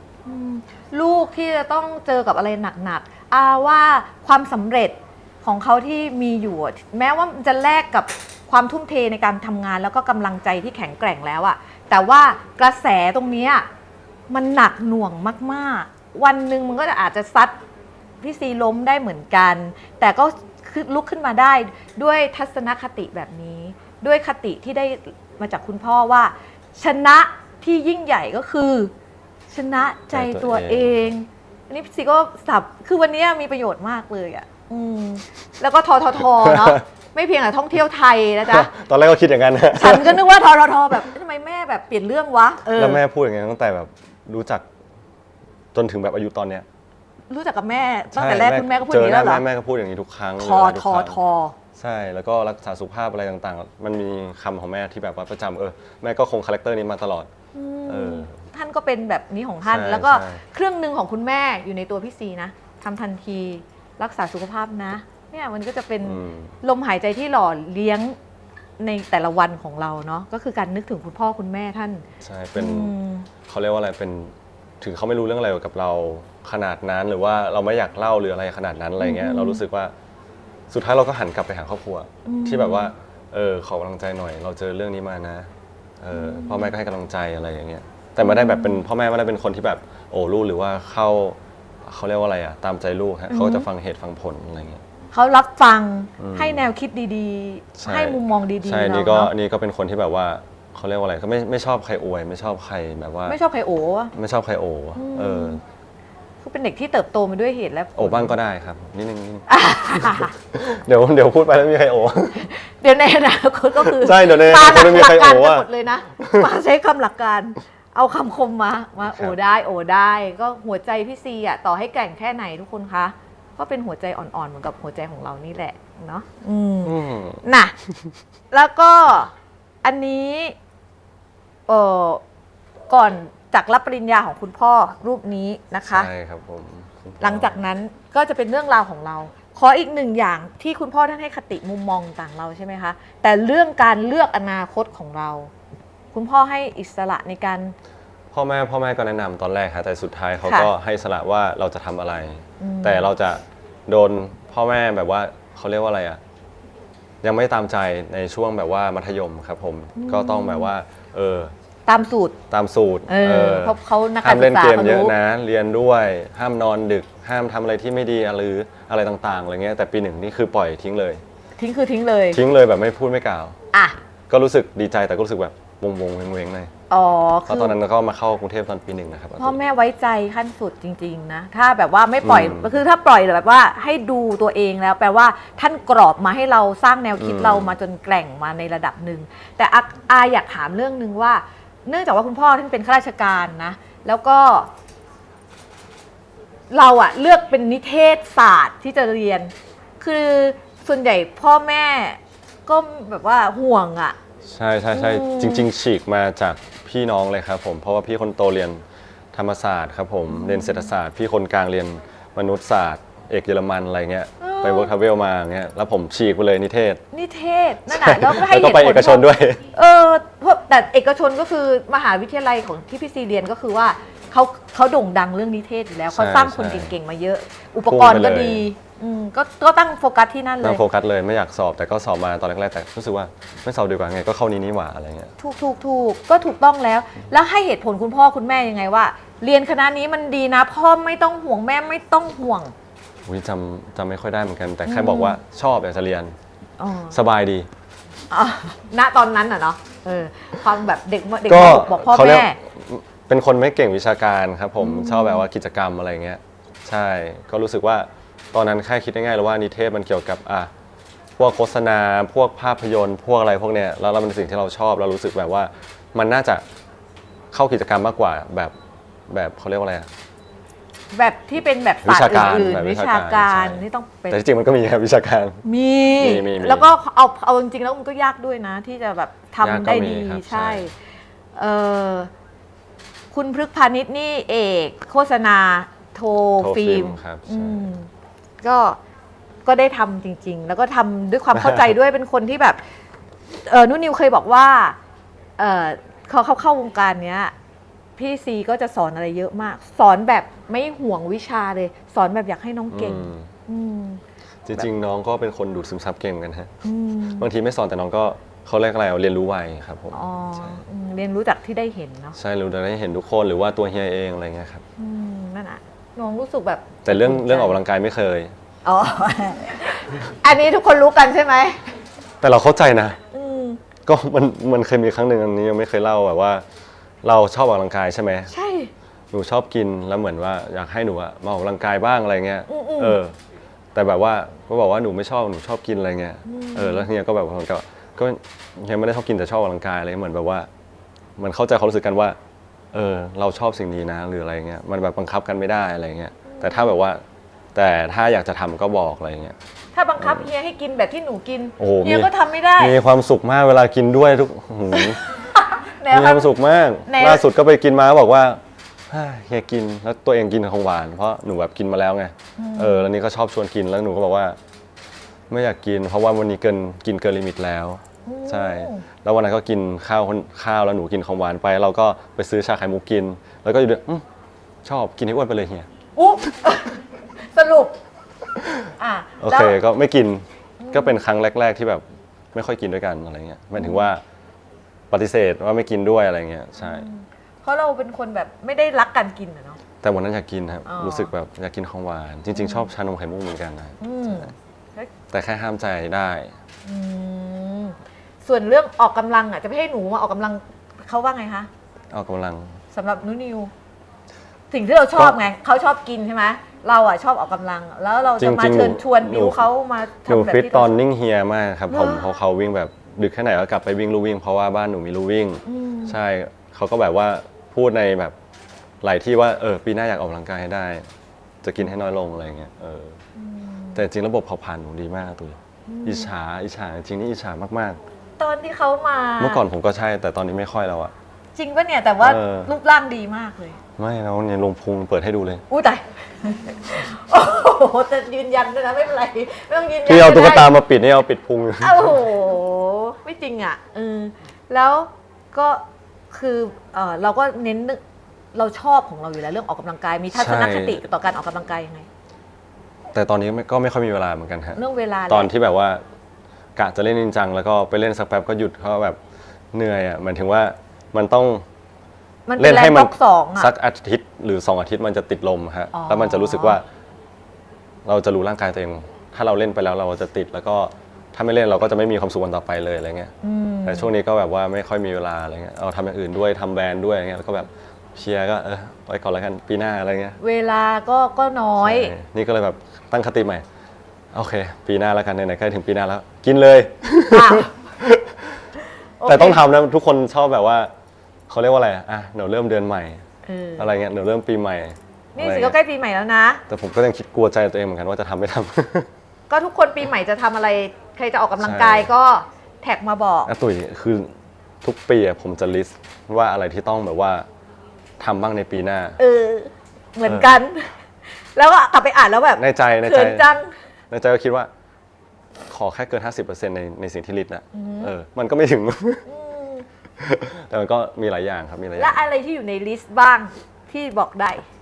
ก็ส่วนใหญ่ก็เรื่องทำงานครับ แล้วก็เรื่องฟิตเนสนี่แหละออกกำลังกายแล้วก็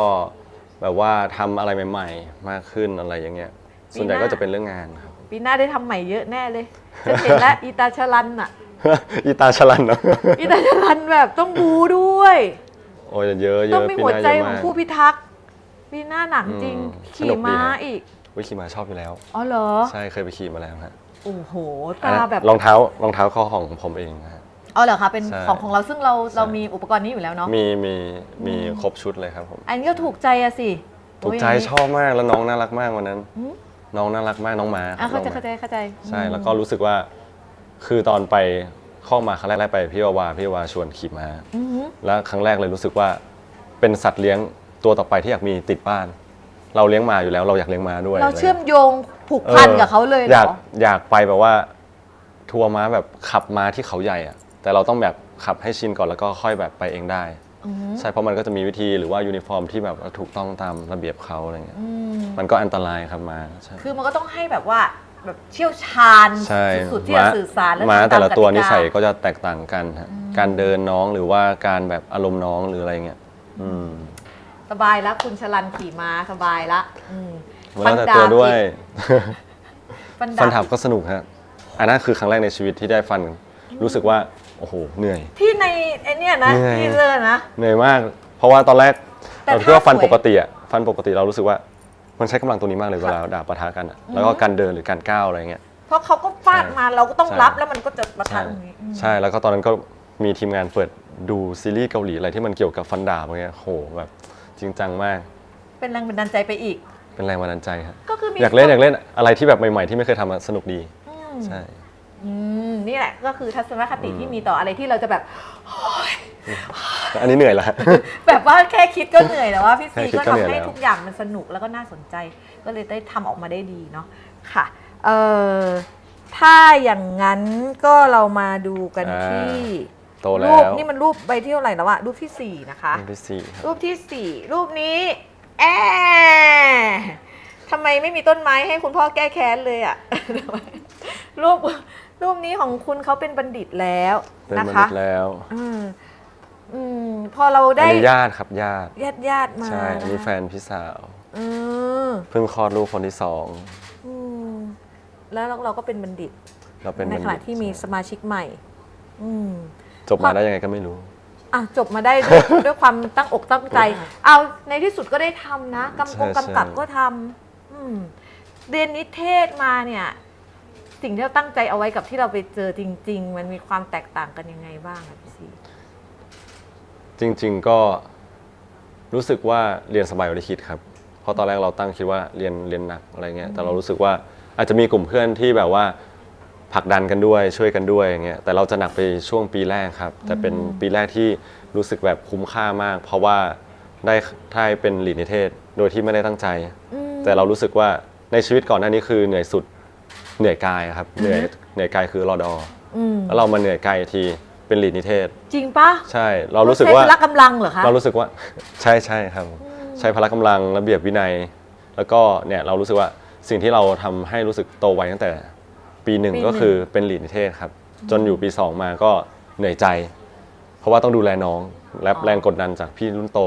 แต่รุ่นผมจะเป็นรุ่นที่รับแรงกดดันมาแบบว่า ใกล้ๆจะหมดแล้วฮะหมดเจนแล้วครับตอนนั้นเขาจะเปลี่ยนระเบียบไม่มีการแข่งขันแล้ว หรือว่าไม่นอนพักฮอลลีดแล้วหรืออะไรเงี้ยครับ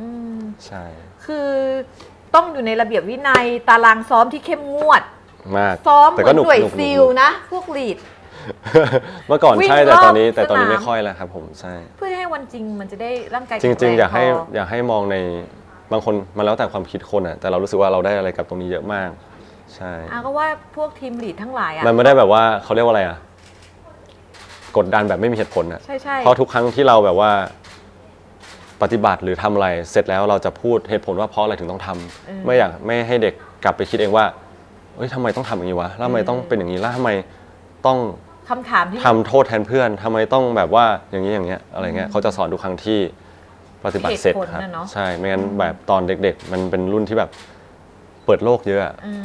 มันจะแบบมีความค่อยเขวในความคิดอะไรเงี้ยมันก็ทำให้เราแบบเอ๊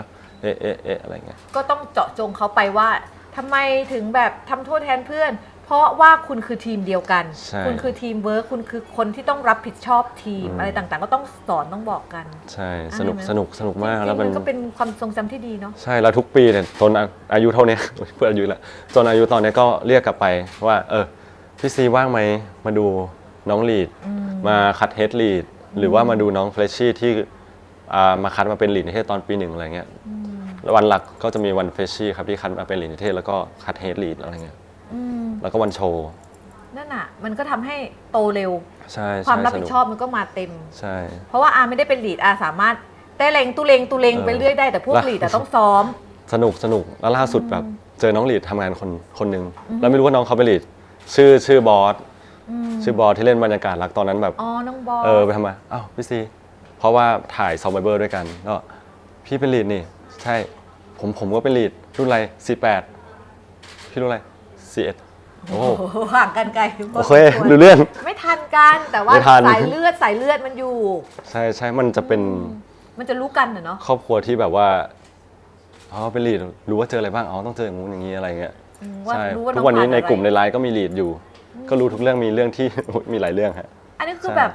กลุ่ มิ ม ตรภาพมันมาอยู่ยาวนาน ใช่ เราได้เพื่อน เขา แท้ เหมือนเขารักษาตรงนี้ไว้ตามแบบเขาเรียกว่าอะไรลีดนิเทศก็จะเป็นแบบนี้ศิลปกรรมก็จะเป็นอย่างนี้ลีดมหาลัยก็จะเป็นอีกฟิลหนึ่งอะไรเงี้ยครับ ก็เป็นโอกาสที่ดีเป็นความทรงจำที่ดี มากตัวไวเพราะว่าเข้าแบบลีดเลยครับผมใช่ที่รู้จักคนเยอะน่าจะเป็นลีดด้วย เพราะว่าแบบมันมีหลายรุ่น มันก็จะเป็นแบบเครือข่ายพวกพ้องเป็นพี่เป็นน้อง ใช่ ที่แบบว่าจะเกื้อกูลกันแหละ ใช่ครับผม มันอบอุ่นมาก แล้วก็เรียนนิเทศ ตอนนั้นตั้งใจว่าพอเรียนอยู่เอกโฆษณาเนาะแล้วก็โทรฟิล์มตั้งใจว่าแบบจบออกไปจะเป็นอะไร อยากทำอะไร ตอนนั้นน่ะ จบออกไปเป็น นึกออกปะ โอ้โหยังนึกไม่ออกครับผมแต่เรามีความฝันตั้งแต่เด็กที่แบบว่าอยากลองแสดงแบบอยากเห็นแค่ เราอยู่หน้าจอแสดงแล้วก็เห็นหน้าเราใหญ่ๆในจอทีวีอะไรเงี้ย มีแวบๆแบบนั้น หรือว่ามุ่งมั่น มุ่งมั่นอยู่ครับ ค่ะ ใช่แล้วก็แคสโฆษณาทั่วไปประกวดทั่วไป เพราะตอนนั้นก็เป็นเด็กที่แบบไม่รู้อีโหนงอีเหน่ใช่ไม่รู้ว่าจะไปเข้าทางไหนหรืออะไรยังไง เห็นมันเหมือนแบบตามเพื่อนไปเพื่อนมีคอนเน็กเราก็ไปด้วยฝากหน่อยดิอะไรเงี้ยนู่นนี่ก็นู่นนี่นั่นอะไรเงี้ย คือ ใช่ แบบอยากจะทำเป็นความใฝ่ฝัน แล้วก็เป็นคนที่หาโอกาสด้วย ช่วงแรกจะอินกับการประกวดครับผมตื่นเต้นดีใช่ ก็ได้ประสบการณ์จากการประกวด แล้วก็การประกวด ใช่ ก็เป็นหนทางที่แบบมีคนเห็นเราเนาะแล้วก็เรียกไปแคสอะไรต่าง ใช่ครับผมก็ตอนนั้นก็มีโมอะไรเงี้ย ๆ ก็ได้เจอ ไม่ได้อยู่กับโมแต่เขาเป็นคนเอเจนซี่แล้วกัน อือฮึ ผมเรียกว่าเอเจนซี่แล้วกันเพราะเราไม่ได้ไปเซ็นสัญญาอยู่กับโมเขาเลย ค่ะ แต่พอเขานึกออกอะไรที่เหมาะกับเราเขาก็ชวนเราอะไรอย่างงี้ใช่ไห ใช่ ม ใช่โอ้ยบางถ้าให้เล่าเหมือนแต่ก่อนนี่คือแบบ แค่ค่าเดินทางก็เสียดายตังค์แล้วอะ ใช่ แค่ว่ากินข้าวมื้อนึงเราก็ต้องแบบคิดแล้วว่าเท่าไหร่อะไรเงี้ยเดิน ใช่ ทางไปแคส ไม่ แล้ว ผิด ไม่ ไม่ ใช่ ได้ ว่า ด้ จะ วย ได้ ไม่ได้ด้วยอะ คือ เศร้า เป็น ตอนนี้ การลงทุน มีโฆษณาไหนบ้างครับ โอ้โหจะต้องไปแคสอีกเหรอเนี่ย ก็มีนะก็มีแบบบางงานก็มีครับจริงๆแล้ว แล้วความทุ่มเทในการแคสงานน่ะลองแบบเล่าถึงความยากลำบากคือ แล้ว ความ เค ยาย ก แค ลำ ส บาก ไหมฮะ เหรอ เคยแคสไหม แคสไม่ได้คืออาจะบอกว่าอาเป็นคนตรงข้ามกับพี่ซีเรื่องเดียวที่เหมือนกันคือกินน้ำหวานจากดอกเข็มนอกนั้นคือพี่ซีเป็นเด็กที่แบบไม่เหมือนอาจะมาจากเกาะดอกท้อ เกาะดอกท้อคืออะไร คือท้อแท้ตลอด เจออุปสรรคนิดเดียวแบบท้ออะค่ะ ซีก็มีครับซีก็มี ก็เลยแบบแคสน้อยแล้วก็แบบกลายเป็นว่าไม่มีตังค์ก็กินน้อย ก็เป็น แบบนั้นเลยอะ ใช่เพื่อเอาเงินไปใช้อย่างอื่น แล้วก็แบบลองคิดว่าเท่าไหร่เพราะว่าสิ่งหนึ่งที่ประทับใจพ่อแม่ขอย้อน เพราะว่าพ่อแม่จะให้เงินเดือนทุกคนเท่ากันหมดเลย ไม่เคยแบบว่าเอาเปรียบเลย พี่โตน้องเล็กอะไร เท่ากันหมดเลยเดือนละ15,000 โอ้ ใช่แล้วแบบว่าธรรมศาสตร์กับมอกรุงเทพหอพักมันราคาต่าง แต่สุดท้ายผมก็ไปขอตลอดเป็นเหมือนเป็นคนเดียวที่แบบขอบ่อยขอเงินเพิ่มเพราะมันไม่พอใช่แต่บางครั้งก็หลอกแม่ ค่า นะ ครอง จริง ชีพมันคุณอะไรนะ บางครั้งก็หลอกแม่อยากได้ตังค์เพิ่ม แบบมีการแบบประพันธ์บทประพันธ์ ขอสตังค์คุณแม่มาเพิ่มเติม ใช่มัน เด็ก ต้อง ผู้ มี ชาย กลยุทธ์ มันคิดเยอะ บ้างนะแม่ถ้าแม่ฟังอยู่ ไหนเล่า ครับ สักอย่างหนึ่งได้ไหม ฮะ ในเรื่องแบบ เดี๋ยวแม่รู้ เดี๋ยวแม่รู้ แม่ชอบส่งทวิตแล้วก็มาพูดมาคุย แล้วตอนนี้รู้แอคแม่ยัง ไม่รู้ ไม่ถามด้วย อ่า ใช่ ก็ แม่ชอบมาแอบมาส่องแล้วมาคุยในกลุ่มครับ ส่วนใหญ่แม่ก็จะไม่เล่นทวิตเตอร์กันแล้วนะ แต่ว่าเขาจะมาดูลูกเขาแหละ ใช่ไม่ค่อยแบบโซเชียลครับบ้านผมพ่อแม่ ค่ะ ก็ในการกว่าจะมาถึงวันนี้เนาะแคสมาก็เยอะแล้วก็ไม่ได้มีแต่ความอยากความใฝ่ฝันไงแต่ก็ทำตัวเองให้ทำได้ด้วยอ่ะ ใช่ครับผมก็ลุยดู ก็ดูจากงานคนอื่นๆด้วยใช่ไหมคะแบบศึกษาดูซีรีส์ ดูครับดู เรียน ใช่ acting ไหมคะก่อนห เรี น้าย น เนี้ย ก่อนหน้าตอนไหนครับ ก่อนที่จะมาอยู่ดูบัณฑิตด้วยซ้ำตอนที่เรามีความใฝ่ฝันของเราอ่ะ เหมือนไม่มีนะ ก็พยายามเรียนเอาจาก ก็ไปเจอผู้คนแล้วก็เรียนรู้กันไป ก็เรียนรู้ฝึกเอาเอง ใช่ นั่นแหละก็คือความพยายามจนมาถึงจุดนี้นะคะอ่ะพอไป ทุกคนจะเบื่อไหมครับพูดอะไรไม่รู้ไปเรื่อยหมดเลย เบื่อไหม จริงเหรอ ไม่บื่ จริงหรือเปล่า ก็ไม่เบื่อฟังเพลินมากฟังแล้วแบบ นอกจากจะไม่เบื่อแล้วมีละอายใจอ่อนๆด้วยแบบ ทำไม ก็อายขี้ท้องไงเขาแบบว่าฉันไปอยู่ไหนมาวะไม่เจอคนนี้ที่แบบ อาตุ๋ยรับเลี้ยงได้นะครับ โอ้สาธุ โอ้ยดีใจแบบแบบ คือเอาจริงๆนะดูพี่ซีแล้วหลายๆอย่างมันทำให้แบบ มันทำให้มีกำลังใจนะจริงๆซีกับหนูนิวเนี่ยเนาะแล้วก็ก่อนที่จะมีเป็นสองคนนี้นะคะ การเดินทางไปแคสต์งานของเขาก็ทำให้เจอเฮียแม็ก เฮียแม็ก ใช่ เพื่อนรักครับ เพื่อนรักเขาก็ได้มาถ่ายรายการกับคุณออปชั่นอะไรตามนี้อะไรก่อน ใช่ เพราะว่าแม็กอยู่เอ็นซีเดียวกันก่อนครับโมเดลลิ่งหรือเอ็นซีเดียวเรียกว่าอะไรโมแล้วกันใช่ สังกัดเดียวกันไม่เชิง ก็ สั ไม่ ง ได้ กัด สังกัดนี่เนาะ คนส่งงานคนเดียวกันครับ ใช่พี่ใจดีคนเดียวกัน ใช่แล้วก็รู้จักกันมาก่อนแล้วมันก็มีโอกาสเข้าดูมันดีก่อน เขาได้เข้าดูมันดีแล้วก็มันก็ทำให้เกิดภาพนี้เกิดขึ้น มีใครบ้างนะอันนี้ นี่ โอ้โห พี่ซีดูจากอันนู้นได้ อันนี้ ใหญ่กว่าอุ้ย เมื่อก่อนเขาชื่อสลันกรทัศน์ตอนนั้นน่าจะบวชเพิ่งเสร็จนะครับผม ทิศเหรอ ใช่ พี่ทิศ บวชเพิ่งเสร็จใช่ตอนนั้นพี่ออฟยังผอมด้วยดูดิ ดูเสื้อส้มนี่ใครคะเสื้อส้มคือใครอ่ะ เสื้อส้มพี่ออฟครับนี่มีจอด้วยจอตอนนั้นไปเอาติ้งที่เชียงใหม่แหละเชียงใหม่ ให้สุด เป็นร้านอาหารหนึ่ง ไปเอาท์ติ้งของดูมันดีนะคะ ใช่ครับผมไปเอาติ้งนี่เดี๋ยวก็ใกล้ถึงแล้วครับผมเดี๋ยวจะไปเดือนนี้ หลังจาก ขอลางานแป๊บนึงนะทุกคน หลังจากที่ทำงานหนักกันโดยตลอดเนาะก็ได้ไปเอาท์ติ้งอะไรตรงนี้อะไรกันบ้าง แต่ว่าอันนี้ก็คือจุดเริ่มต้นที่เรามาอยู่ที่นี่นะคะ ใช่ครับผม ตอน ดูมันดี ตอนเริ่ม อัน ต้น นี้มีปลาเข้ามาแล้วครับผมมองว่าผมเป็นเจน2ปลาเจน3ครับผมตอนแรกมี4คนผมเข้าคนที่5ปลาคน6 อุ้ยถ้านับละเอียดขนาดนั้ ผม นก็ มี คือ เขาไม่7แล้วนี่หว่า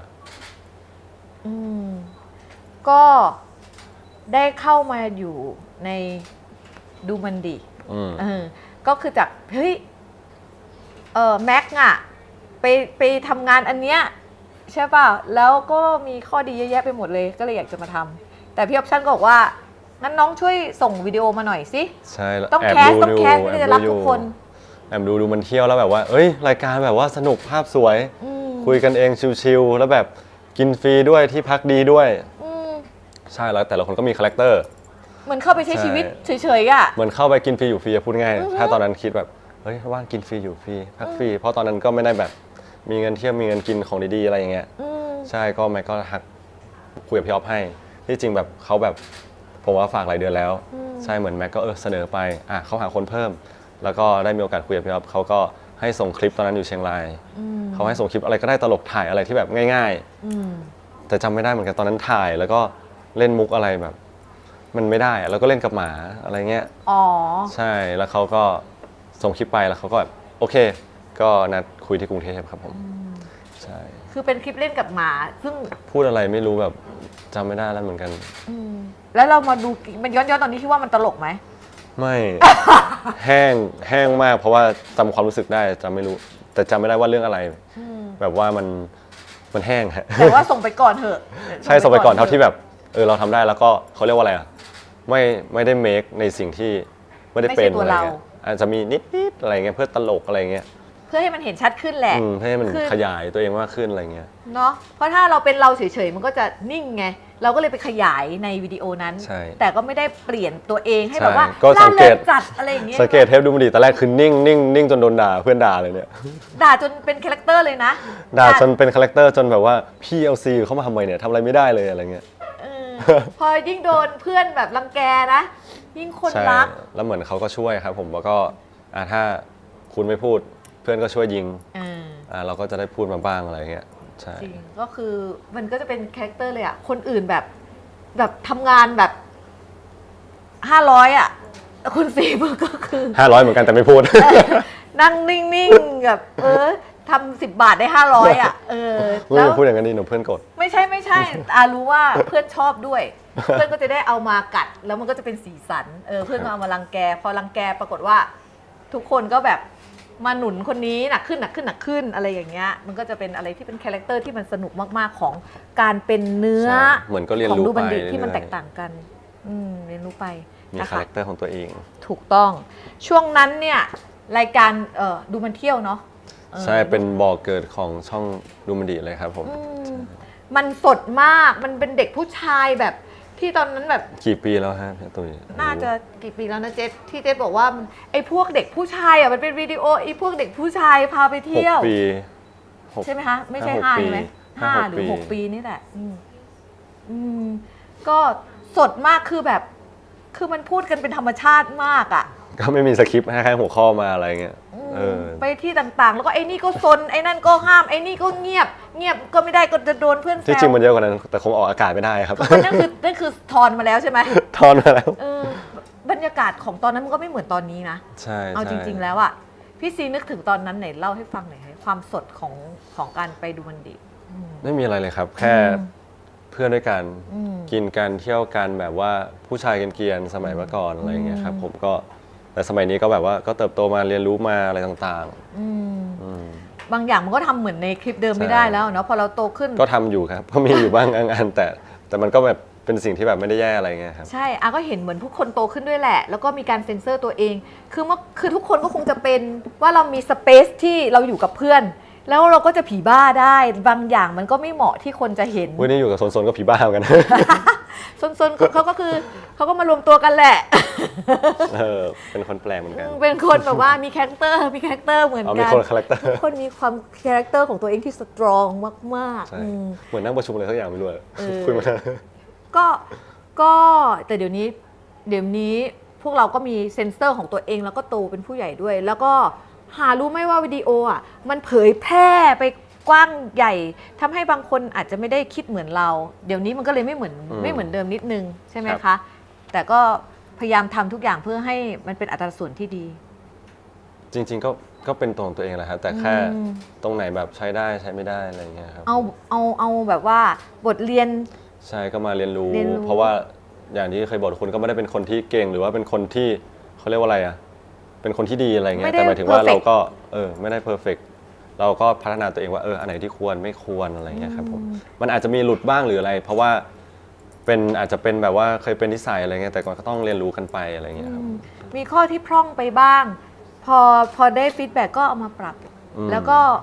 เป็นอีกองศาหนึ่งใช่นั่นเองนะคะทีนี้รูปที่รูปที่6เป็นความทรงจำดีๆของพี่ซีเหมือนกันนะ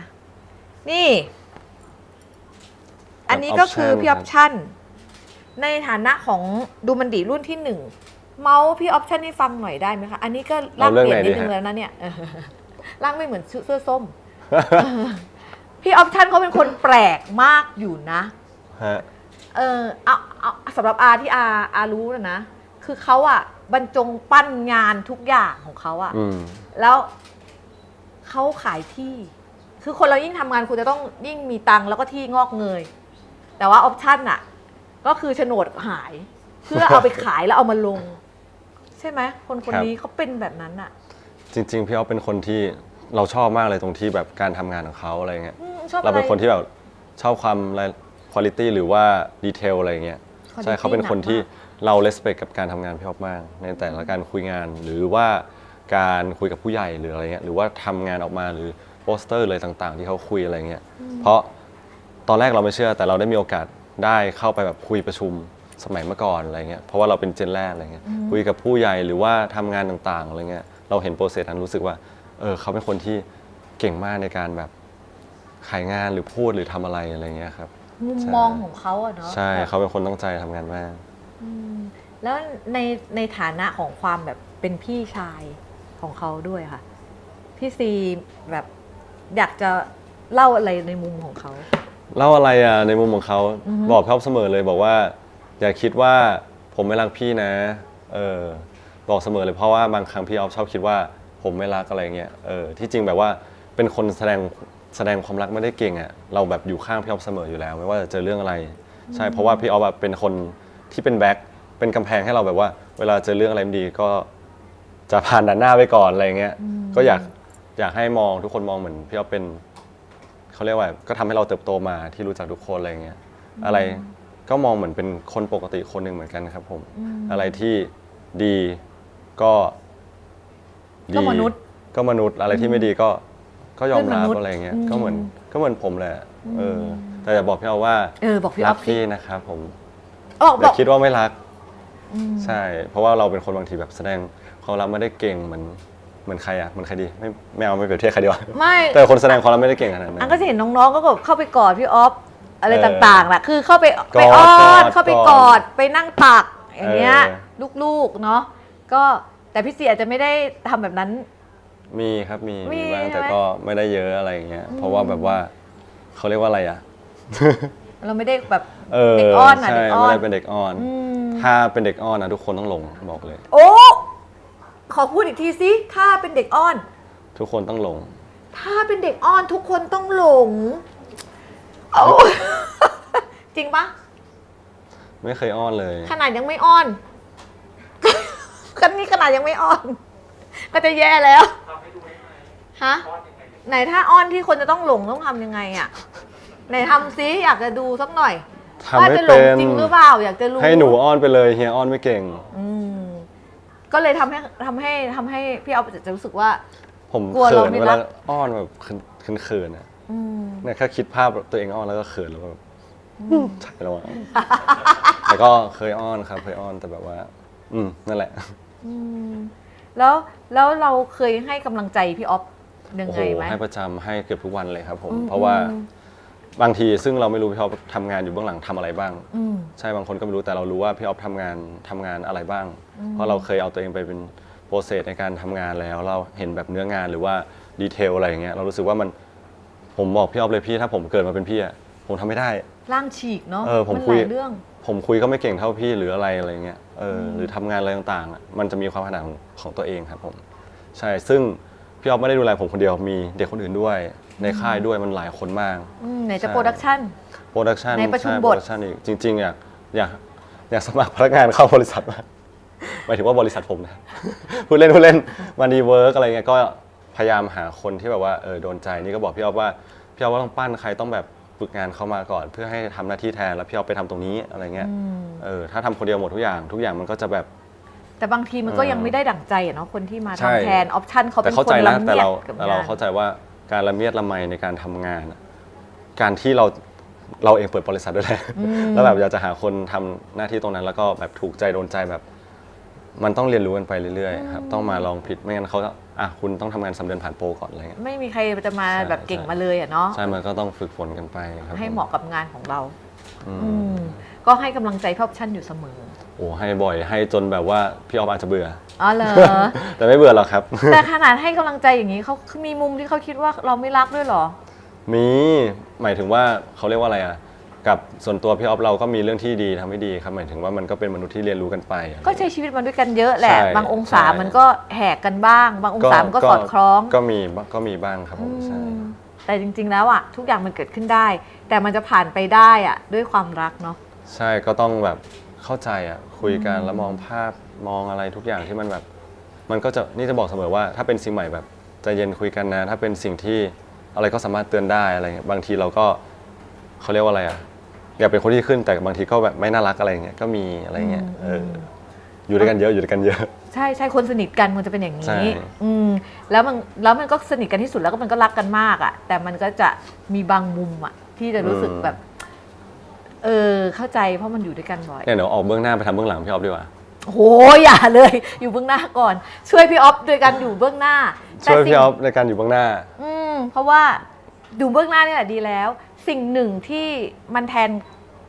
คำว่ารักและกำลังใจให้กับพี่ออฟรู้ดีนะออปชั่นเขารู้ คือพี่ซีตั้งใจทำงานมาก เป็นคนที่ตั้งใจทำงานมากๆ ให้กำลังใจคนอื่นอยู่เสมอ แล้วก็แบบเป็นคนเปลี่ยนร้ายให้กลายเป็นดี เป็นร้ายให้กลายเป็นดี อืม ตัวเองเหรอฮะหรือว่า คือสิ่งที่มันร้ายอยู่อ่ะอีตาเนี่ยเขาสามารถ เปลี่ยนมันให้กลายเป็นดี บ้างครับ ให้เป็นการเรียนรู้ให้เราได้ฝ่าฟันไปเราจะได้เก่งขึ้น จริง ๆ การพูดมันง่ายกว่าการเขาเรียกว่าอะไรอ่ะพูดมันง่ายแต่เจอจริงมันก็ไม่ง่ายนะ เจอจริงมันไม่ง่าย แต่ แต่ มัน ว่า ก็ต้องแบบสู้ๆไปอะไรอย่างเงี้ย เนี่ยก็เป็นคนที่เปลี่ยนร้ายให้กลายเป็นดีจริงๆทำให้คนอื่นมีแรงฮึดต่อได้อีก ได้ปรึกษาได้ฮะ โอ้โหใครมีอะไรจะปรึกษา 099 คุณคะอันนี้ไม่ใช่สายด่วนกรมสุขภาพจิตค่ะ ค่ะอ่ะแล้วก็รูปอีกหนึ่งอันอุ้ยตายแล้วรูปนี้คืออาขอเองไม่ได้อยู่ในความทรงจำของเขานะ แต่ว่าอาจจะนี่คนนี้ มันมีติดๆฮะ คนนี้ก็คือใครคะ ไม่รู้เหมือนกันนะ อันนี้ มี เนี่ย คนตกใจด้วยอ่ะไม่เคยเห็นรูปนี้แน่เลย เฮ้ยหล่อเข้มว่ะใครคะ ดาราท่านหนึ่ง ดาราท่านหนึ่ง ถ้าเลื่อนดูรูปไอจีเก่าๆเขายังไม่ลบรูปหรอกฮะ โอ้โหเขาจะเก็บเอาไว้อย่างยั้งยืนยงเลยนี่ก็คือพี่ออปชั่นเนาะในสมัยก่อน สมัยก่อน ๆแต่ว่าด้วยความที่อะไรเนี่ยคนนี้นี่นะโฉนดที่ดินของเขาเนี่ยเปลี่ยนเป็นค่าโปรดักชันซีรีส์ค่าโปรดักชันเพลงของเขาแล้วก็เปลี่ยนเป็นอาหารด้วย ใช่ ชอบสั่งอาหารมาให้ทุกคนกิน ใช่ครับ ไม่ใช่ชอบสั่งแต่เขาชอบนี่รู้สึกส่วนตัวพี่ออฟชอบแบบทานข้าวกับน้องๆหรือว่าการเลี้ยงข้าวไม่ว่าจะเป็นเด็กในค่ายเอง หรือว่าคน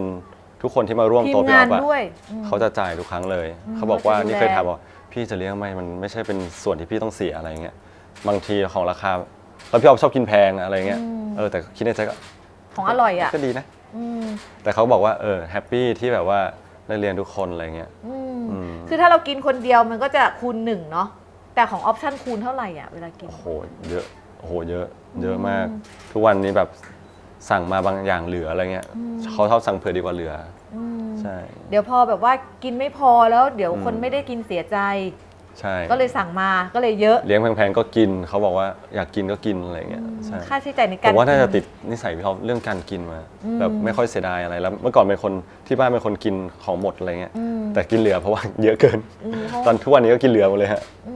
ไม่ดีนะอันนี้ไม่ดีนะทุกคน เพราะว่า สั่งมากินให้หมด เพราะมีเยอะมากกินเยอะมาก ใช่ แต่ถ้ากินไม่เหลือก็อาจจะเปลี่ยนทรงได้ ผมไม่ได้พูด ผมไม่ได้พูด ผมไม่ แล้ว ได้พู คือ ด ความที่ชอบเลี้ยงอาหารคนอื่นสมัยก่อนเขาหล่อนะ อันนี้ เท่ ถ้าเกิดว่า แต่ผมไม่เห็นเขาอะดิสภาพเนี้ย มาไม่ทันเหรอร่างนี้ นั่งไม่ทันอ่ะ อืม จริงๆพี่เขาเป็นคนชอบแต่งตัวมากครับผมแต่ตอนนี้แบบว่า ใช่ ยังไม่เซลล์ จริง ๆเขาเป็นคนหล่อเฟี้ยว ใช่ อืม ร่างนี้ไม่ทันฮะร่างนี้น่าจะเป็นรุ่น Gen แต่ว่าเขาบอกว่าคือออปชั่นอะไม่ใช่เสียไปแค่โฉนดที่ดินก็คือ กินเขาเรียกว่าไปต่างประเทศก็ไม่ไปหาความสุขให้กับตัวเอง ถ้าจะไปก็ต้องมีแบบ โอ้ยนี่บอก น้อง พี่ออฟเสมอพี่ไปเที่ยวบ้างเถอะเดี๋ยวเพื่อนหายหมดนะแต่เขาเหมือนสนุกกับการทำงานแล้วก็ทำอะไรให้น้องๆอะไรเงี้ยแต่นี่บอกเสมอเลยว่าพี่ถ้ามีเวลาไปนี่เลยไปพักผ่อนกับเพื่อนบ้าง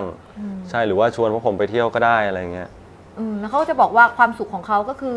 การที่ได้อยู่หน้ามอนิเตอร์และเห็นงานที่น้องๆทำได้ดี ทำงานครับผมเขาชอบทำงานแล้วก็จริงๆ เราเมื่อก่อนก็ไม่เข้าใจแต่ตอนนี้ก็เข้าใจมากขึ้น แต่สุดท้ายเราก็ต้องบาลานซ์ชีวิตตัวเองเราไม่ได้แบบทำงาน24 ชั่วโมงอะไรเงี้ยมันก็ต้องหาเวลาแบบพักผ่อนให้ตัวเองบ้าง แล้วก็ทำในสิ่งที่ตัวเองชอบ หรือว่าทำในอะไรก็ได้ที่เราชอบอะไม่ควรทำงานแบบเยอะผมมีช่วงหนึ่งที่เคยแบบ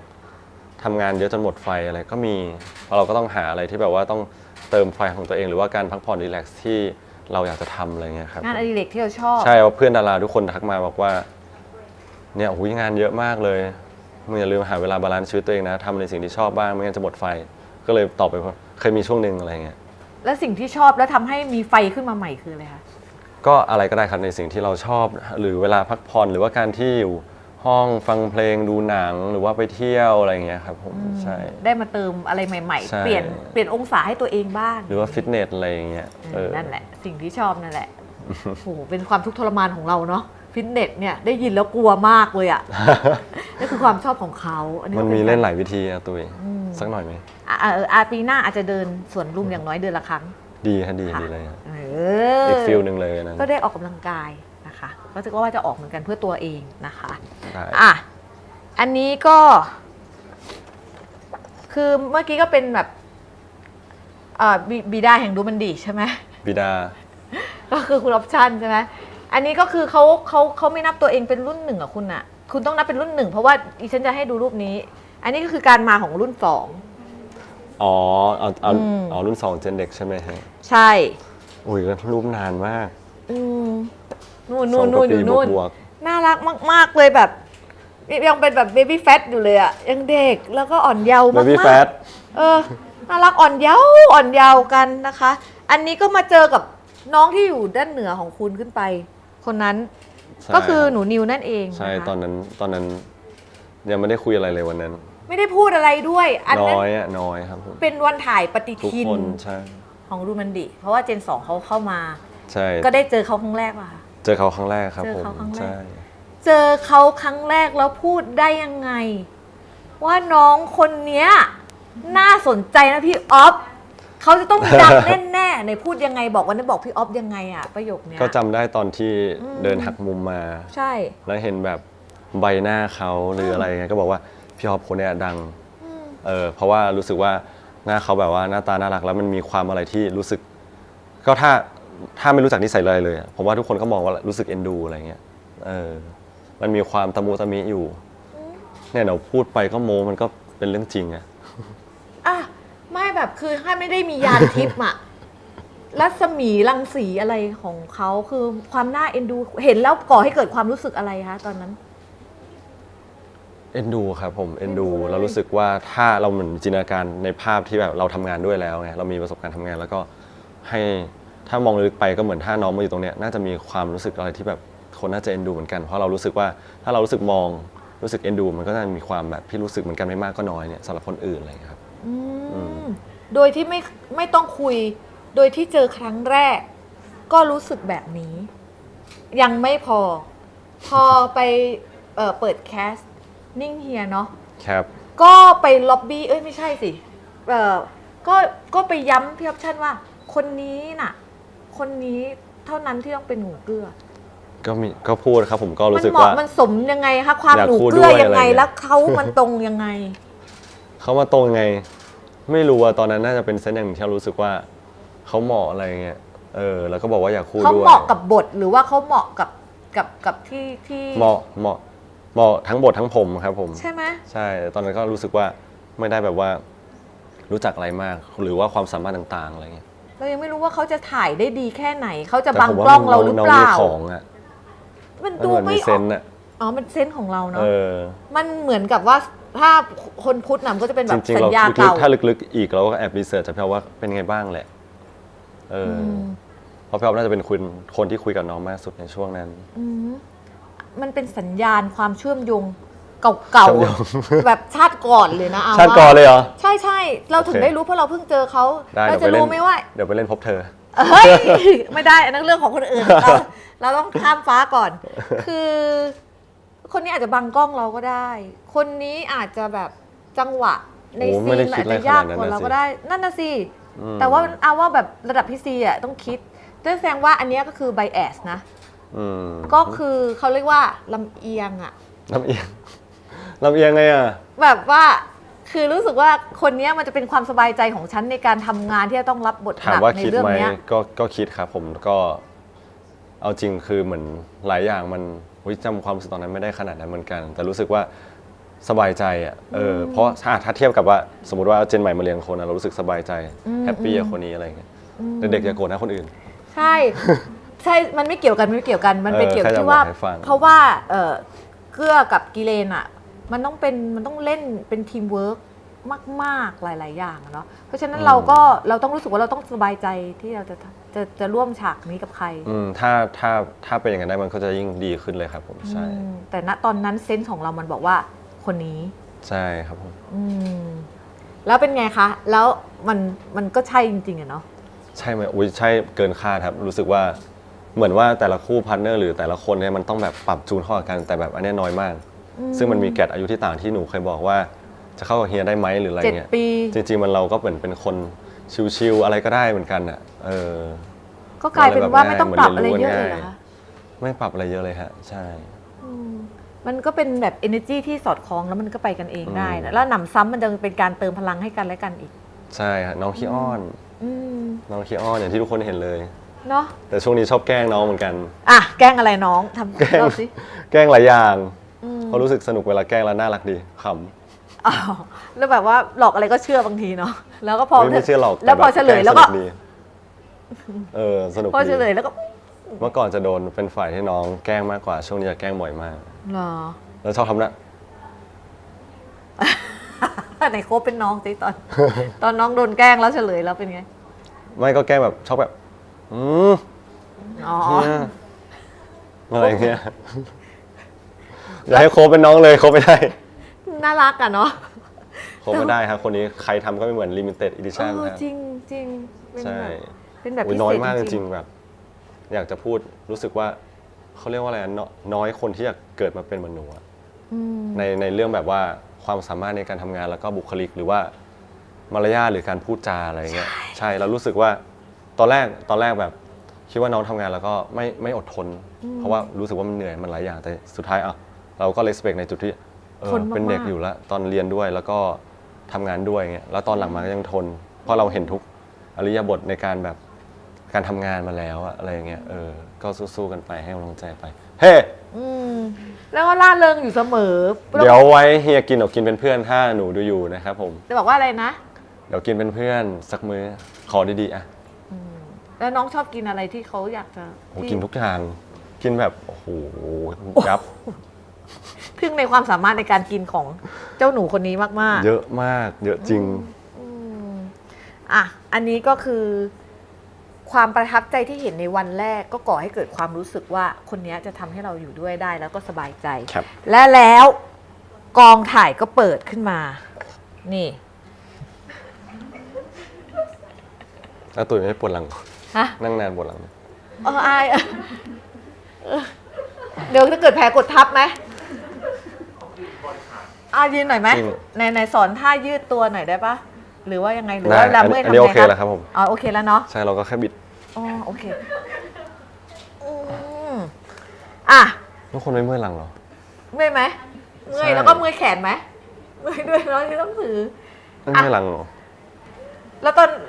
ตอนทำงานตรากตำไม่เมื่อยเหรอ ตอนทำงานมันได้ มันได้ เดิน ได้ ได้ ลุก ใช่ ลุกเลยเนาะโอ้จริงด้วยพอลุกแล้วรู้สึกเลยอ่ะ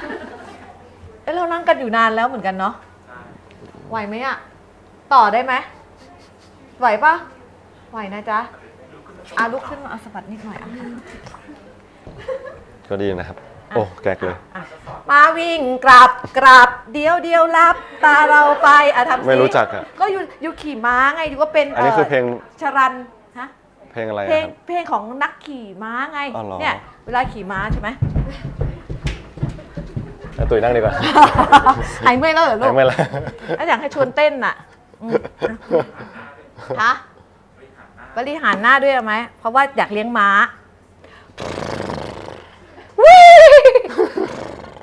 เอาทำสิคะจะได้คุยกับม้ารู้เรื่อง อย่าเลยครับ อย่าเลยค ผ รับ มก็มีท่าบริหารของผม เหรอ ใช่ แบบ ไม่เอา แบ่งปันได้ไหมล่ะ แบ่งปันได้ไหมอ่ะ ทุกคนเมื่อยไหมคะ อยากดูท่าบริหารพี่ซีสักนิดนึงอ่ะ มันก็คือการที่ขยายใบหน้าทุกส่วนออกไปนะ เป็นวิทยาทานขยายไงครับ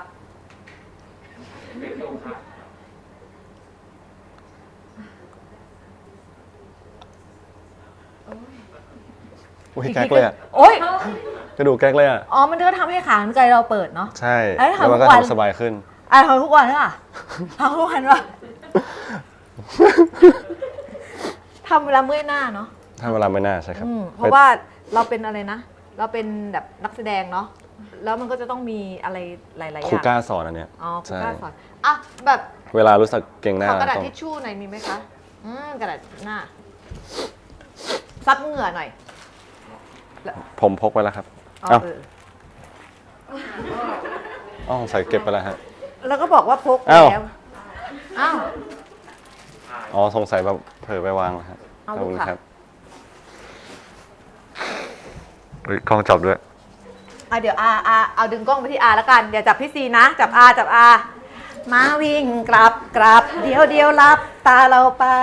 มาวิ่งเร็วไวเร็วทันใจวิ่งกลับเอาไว้ร้องเวลาเล่นเวลาฟิก เวลาเล่น ไว้กับ มาวิ่งกลับ เดี๋ยวรับ กลับนี่คือแบบเสียง กลับอ๋อเสียงตอนวิ่ง ใช่ เสียงเกือกม้า โอ้โห มาวิ่งเร็วรีดูสิหายไปลอง วิ่ สิ งลองพ่ออยู่นะตัว ต้อง นี้ พอไหมล่ะโจ๊กอาม่าโจ๊กหมูโจ๊กหมู โจ๊กอามาโจ๊กหมูโจ๊กหมู โจ๊กอาม่าพิเศษ25ธรรมดา20 โจ๊กอามาพิเศษ25ธรรมดา20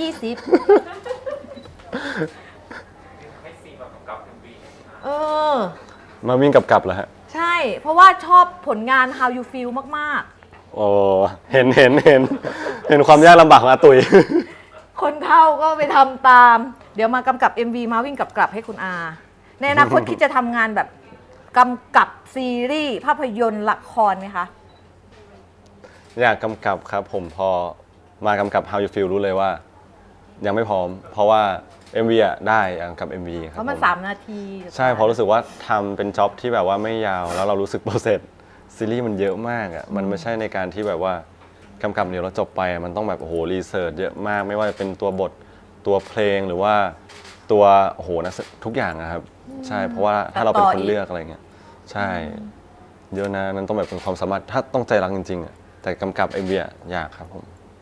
ถ้า MV อะเนาะ ได้ครับตัวเอง งั้นเพลงอานะ โจ๊กอะไรนะ โจ๊กอาม่าครับ โจ๊กอาม่ามีฉันเพิ่งได้ยินครั้งแรกนะ ก่อนหนั้นนี้ก็ร้องกับเพื่อนๆเหรอจ๊ะ ร้องคนเดียวนะครับ เคยเพลงนี้เคยร้องที่ไหนไหมคะ อ๋อรู้จักตอนสมัยดุมดิเจนแรกเลยครับผมใช่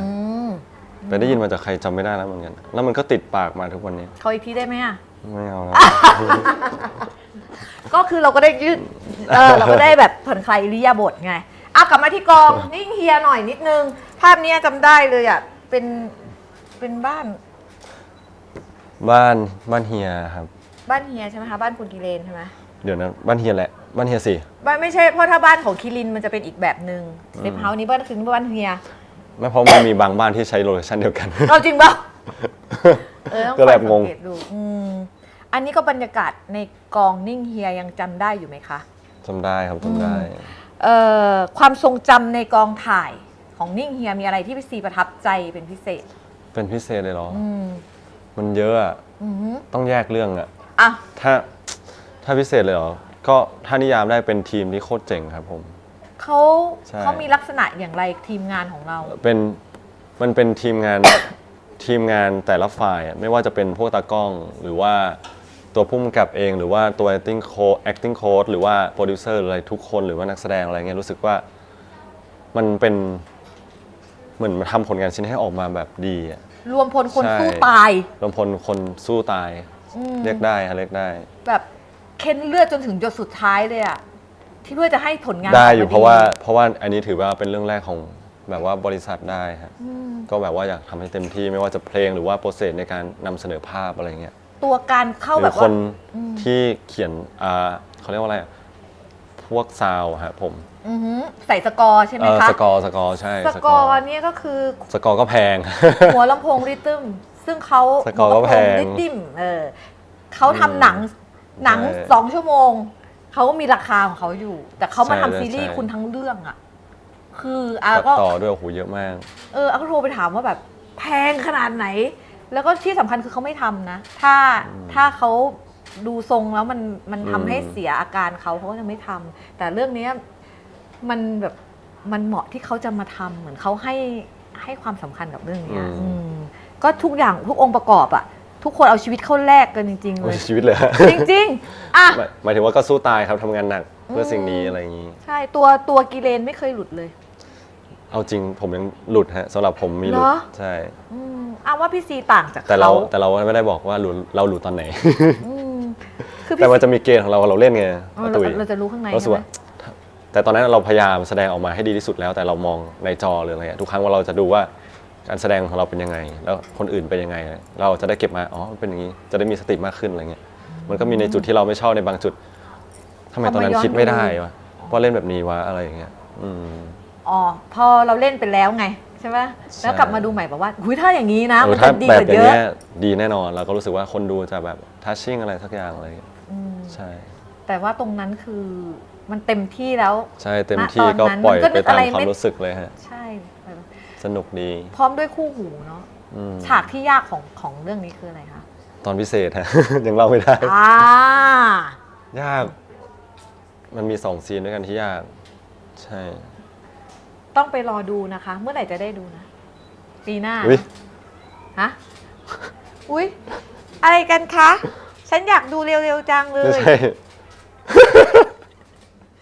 ก็รอดูอยู่ ครับ อืม ไม่มีอะไรฮะทุกคน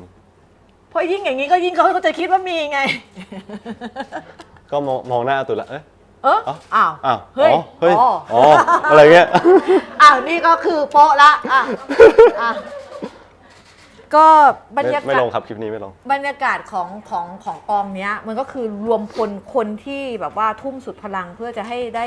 เห็นซีรีส์ที่ดี ซึ่งทุกคนก็ได้เห็น แล้วมันก็ออกมาคุ้ม สิ่งที่สำคัญของในกองนี้คืออาหารครับ อืม ป้าใจอร่อยมากทุกคน คือสมมติว่าป้าใจไม่เปิดร้านครับผมทำแล้ว เขาจะทำแบบพวกกอง ใช่ แล้วเรารู้สึกว่าสิ่งเนี้ยอยากแชร์ มันสำคัญในการทำงานต่อมาก เวลาเช้ามาคุณจะกินอะไร กับข้าวอาหารจะอร่อยไหม ตอนเที่ยงจะกินอะไรอะไรเงี้ย มันทำให้รู้สึก เป็นกำลังใจอ่ะ มันก็เหมือนที่หนูกินอ่ะ ก็เข้าใจมากขึ้นว่ามันเป็นของที่อร่อยแล้วมีของหวานหรือมีของจุบจิบอะไรเงี้ย ซึ่งกองนี้ลงทุนในการกินเหมือนกันนะ เขาใส่ใจ ปกติอาหารว่างมี1 มื้ออะไรเงี้ย เราก็จะมี2 มื้ออะไรเงี้ย เสิร์ฟไม่หยุด เสิร์ฟไม่หยุดอ้วนกันไป แล้วก็เป็นแบบกำลังใจที่ดี ใช่ ให้ ครั กับบ ที ผม ม งาน แล้วก็อาหารก็คือ ฟู้ ฟู้ ด ด ซั ซั พ พ พ พ อ อ ร์ ร์ ต ต ด้วย เยอะมาก ก็เป็นการส่งกำลังใจเนาะเป็นความรักที่ส่งมา ใช่ ก็เป็นแรงใจซัพพอร์ตได้จริง จุกๆโอ้ยจริงๆ ทุกกองไม่ว่าจะเป็นกองนิ่งเฮียหรือว่ากองที่เคยไปเล่นอะไรเงี้ยฮะเขาจะมาขอบคุณฟู้ดซัพพอร์ตมากๆ เพราะว่าเขาเรียกว่าอะไรอ่ะของทุกอย่างมันมีราคา ซึ่งเขาทำงานกันไม่ว่าทีมงานเบื้องหลังเขาก็จะเป็นฟีลแบบมีโอกาสได้กินของดีๆมันเป็นอะไรที่เขาแฮปปี้นะ จริง ต้องแบบขอบคุณแบบแฟนคลับทุกคนมากที่แบบมีอะไรแบบเยอะแยะมากมาให้อะไรเงี้ย ๆ คือไม่ได้ให้เฉพาะพี่ซีเนาะ ใช่ แต่ว่า ส่วนใหญ่ก็ให้ทีมงานแล้วก็ผู้กำกับหรือว่าคนดูแลหน้ามออะไรเงี้ยครับผม มันมีความหมายมา ใช่ ก เราเห็นทุกคนกินแล้วแฮปปี้ดีเขาแบบว่า ซึ่งเราลองล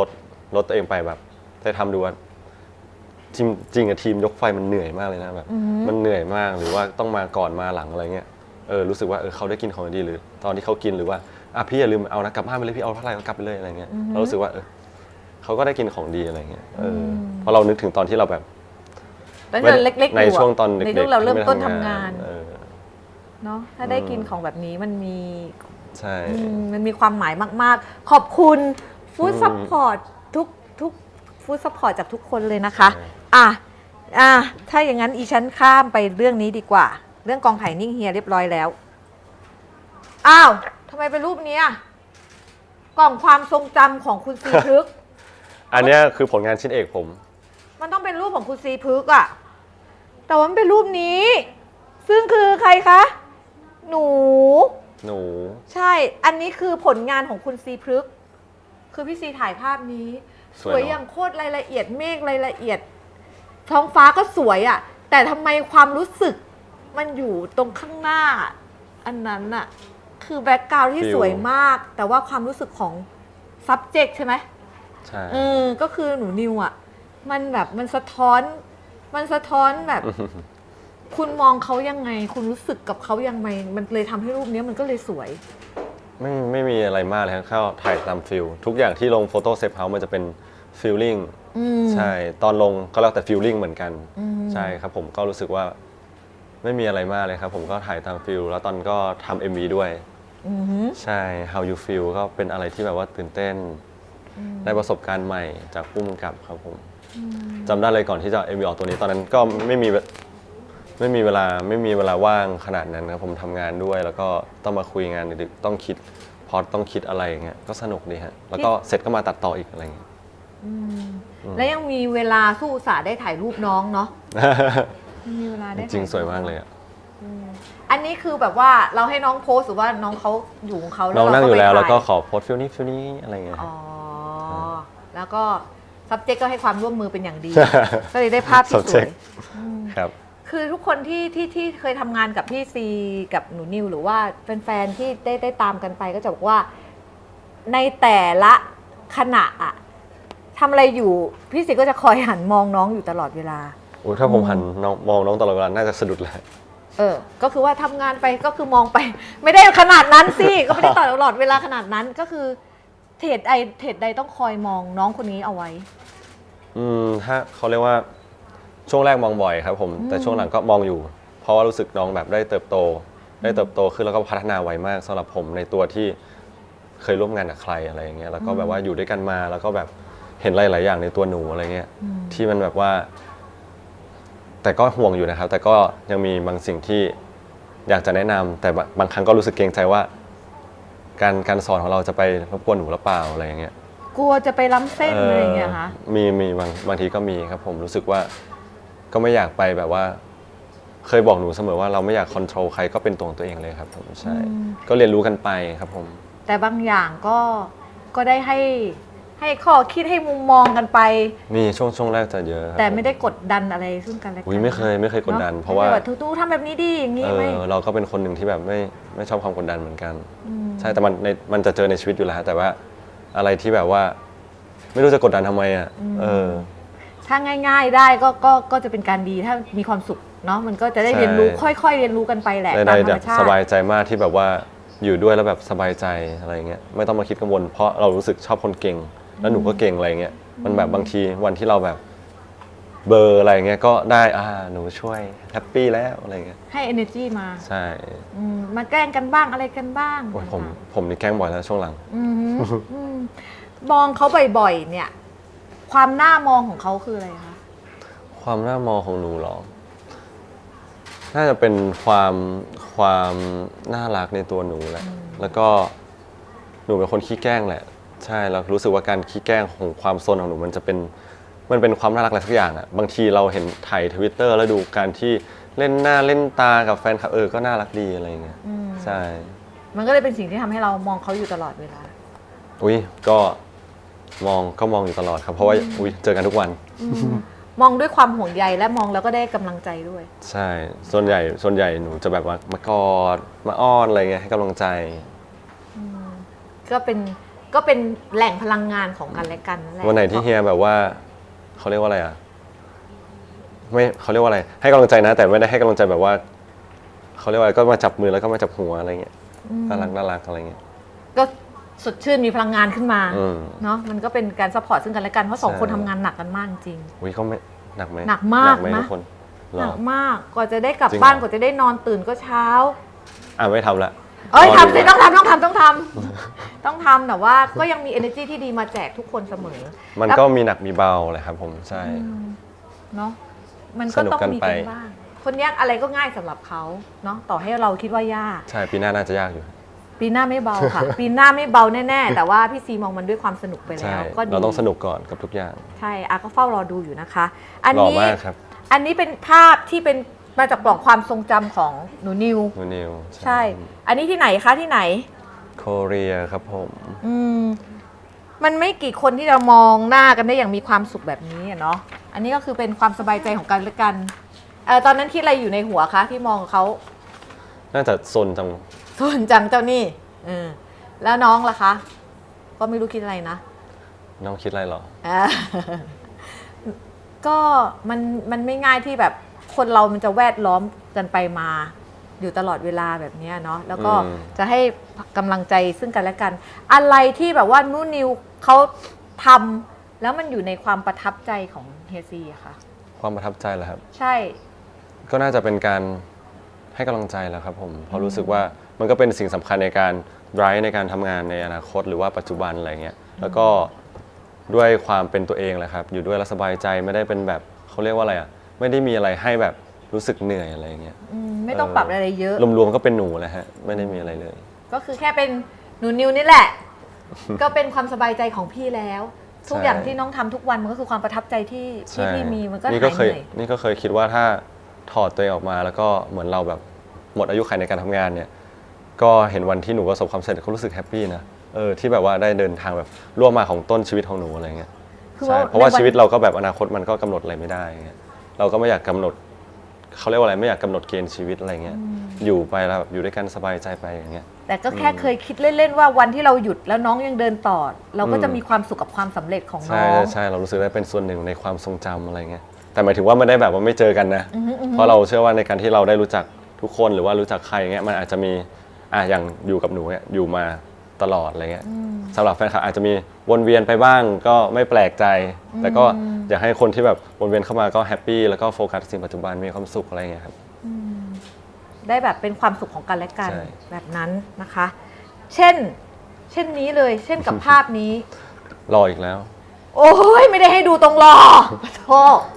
ทำไมวันนี้ผมรู้สึกสวยมากเลย คะอะไรนะ ผมไม่จินตนาการแต่งเท่าไหร่ อ๋อเรื่องสีชมพูอะเหรอ กับเพิ่งตัดผมมาด้วยก็เลยแบบ เด๋อเปล่าเด๋อไหม ก็เด๋อ ไม่นะดูดีดูใครจะไปรู้ว่าเพิ่งตัดจริง ๆ แล้วใส่สีชมพูเป็นไงคะเนาะใส่บ่อยๆ ก็ดีนะดูแบบดูแบลไหมดูแบบลดอายุ แต่ว่าอายุที่เป็นอยู่ไม่ได้จะมากนะ แต่ว่านี่มันก็ดูย้อนกลับไปวัยรุ่นใหม่ ตัว ยังไม่มาก โอเคน่ารักก็ได้ครับ น่ารักจริงสำหรับวันนี้ แต่ว่าวันนั้นน่ะใน ชอบคนน่ารักไม่บอกแต่แรกละ อ่า หนูน่ารักกว่าหนูแล้วจะหลงเลย แต่ไม่มีทางฮะให้หนูนัมเบอร์วัน เห็นคิงตลอดพูดตลอดเห็นคิงตลอดพูดว่าตลอดไหนลองทำน่ารักกว่าหนูให้ดูหน่อยสิจะยังไงที่แบบจะมาหลงอ่ะ ก็เห็นพูดตลอดเนาะ อย่าเลย อย่าเลย ครับ ภาพนี้ก็เป็นความประทับใจของพี่ซีอีกหนึ่งความทรงจำนะคะ อืม ณวันนั้นน่ะมันคือความหมายของรูปนี้เป็นยังไงกับพี่ซี จริงๆมันมีหลาย ได้อยู่ รูป ในกล่อง หลายรูปครับผม อืม หลายรูปมาก แต่ก็เขาเรียกว่าอะไรไม่อยากพูดเยอะกับซีมีโชว์อะทุกคนน่าจะรู้ อือหือ เพราะว่าช่วงนั้นแบบว่าหนักมากแล้วทำอะไรที่เกินตัวครับผมแล้วรู้สึกว่าอยากทำอะไรเพื่อแบบว่าตอบแทนแฟนคลับด้วย จริงๆซีมีโชว์เพื่อ for แฟนคลับเลยครับผมคุณซนสัญชัยนานุอะไรเงี้ยครับผมก็รู้สึกอีกทีเหมือนเป็นได้ตอนนั้นมันอาจจะเหนื่อยเพราะว่ามันมีปัญหาหลายอย่างมาด้วยตอนนั้นนะ งาน เรากับ เยอะ ท้ออะไรสักอย่างในตอนนั้นแล้วมันทำให้ยิ่งแบบหนักดิ่งดีไปอีกอย่างเงี้ยเราก็ต้องหาพุชอัพแล้วก็คุยกับพี่ออฟหรืออะไรให้กำลังใจกันอะไรเงี้ยหนูให้กำลังใจอย่างหนูทำได้เฮียก็ต้องทำได้สิอะไรเงี้ย น้องมาให้กำลังใจเรา ใช่แต่มันก็เกินตัวอยู่ดีฮะเพราะตอนนั้นมันแบบเราไม่ได้คิดเขาเรียกว่าอะไรเราไม่ได้รู้สึกว่าจะทำขึ้นมาเลยพี่ คือ มันไม่ได้มีความคิดที่จะมีคอนเสิร์ตเดี่ยวในชีวิตอะแล้ว ก็ มันแบบ มีตติ้งอ่ะ มันต้องกลายเป็นคอนเสิร์ตเดี่ยวสเกลใหญ่ มันใหญ่ไป ใหญ่อืม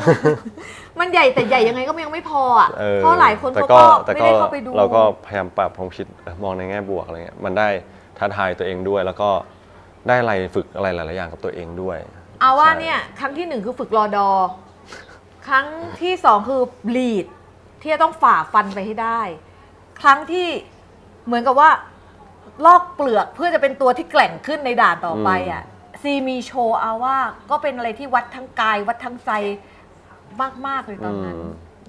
มากๆครับแต่ก็ดีใจครับที่ภูมิใจตัวเองที่ผ่านมาได้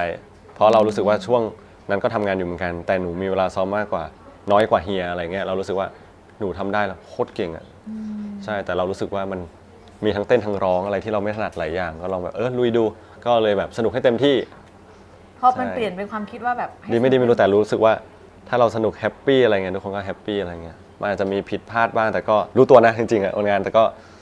ก็เราก็สนุกแล้วแฮปปี้อะไรเงี้ย ความไลฟ์ความสดน่ะ มันจะต้องมีอะไรที่ไม่เนียบไม่เพอร์เฟ ไป กต์ เรื่อยเลยฮะเอาสคริปต์มาโละหมดเลยผม ใช่ใช่ใช่เข้าใจ พูดไม่ได้อ่ะชอบพูดตามฟิลอะไรเงี้ย เข้าใจตรงนั้น ตอนนั้นมันก็เป็นอะไรที่หนักมากจริงแต่ก็ฝ่าฟันทำมาแล้ว เพลงก็ไหนจะไทยไหนจะสากล ใช่ ไหนจะอะไร ก็ลองดู ต้องจำเนื้อเยอะด้วย จำเนื้อเยอะนี่ไม่คิดไม่ฝันตอนนั้นแบบ เนื้อเยอะมา เอ้ย ก ทำไมคือผมเป็นคนจำเนื้อยากเหมือนกันแล้วก็แบบว่าตอนนั้นแบบเดือนหนึ่งทำงานด้วยละเริ่มตรงไหนดีเริ่มจุดไหนดีเริ่มอะไรดี แต่สุดท้ายต้องเริ่มแหละไม่งั้นไม่ได้อะเหมือนเวลานับถอยหลังไปแล้วอะแต่ตัวเองไม่เริ่มฮะแล้วก็แบบไม่ได้แล้วไม่ได้หรือไม่ทันแล้วก็ต้องแบบหาเวลาทุกครั้งแบบทำงานเสร็จก็รถตู้หรือว่าก่อนนอน แล้วก็อาบน้ำอะไรเงี้ยฟังวนพอฟังวนไม่ได้อะไรนะฮะต้องมีสติด้วยถ้าไม่มีสติก็จำไม่ได้อยู่ดี มันก็ลอยไปเลยเนาะเนื้อ ใช่มันก็จะลอยไปเลย แล้วก็ต้องแบบฟังแล้วก็อ่านท่องอะไรเงี้ยทุกวันอะไรเงี้ย แล้วก็ ก็พยายามจำให้ได้มากที่สุด เพราะว่าแล้วตกใจมาตอนที่แบบว่า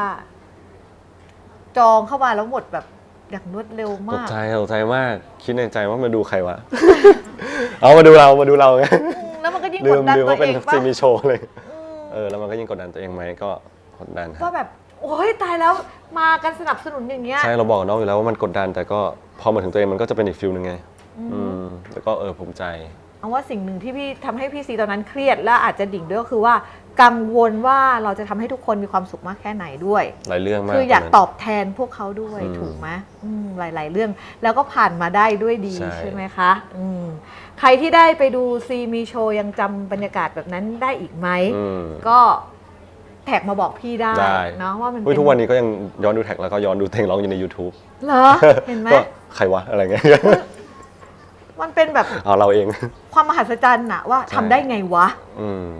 ม พี่ซีต้องจำไว้เลยนะว่า ผ่านอันนั้นมาได้แล้วอะนั่นคือหินมากแล้วนะ นี่เพิ่งคุยกับพี่ออฟเอง ว่าปีนี้เอาอยู่ไหม ก็คิดในใจว่าเดี๋ยวดูก่อนพี่ ใครเป็นคนเริ่มมาปีนี้เอาอีกไหม พี่ออฟอะเพิ่งคุยกัน คือ ใช่ คือเขามั่นใจเขาเห็นว่าเราทำได้แล้วเราก็ อืม คงทำได้แล้วเราเคยทำได้ไปแล้วเราก็น่าจะทำได้ไปอีก ใช่ทำได้ ก็ แล้วก็ ทุกคนอยากดูไหมคะ ขอใครไปบ้างคะ จริงเหรออยากดูจริงเหรอ ใครไปบ้างใครไปบ้าง2 รอบเหรอคะ ฮะ โอ้โห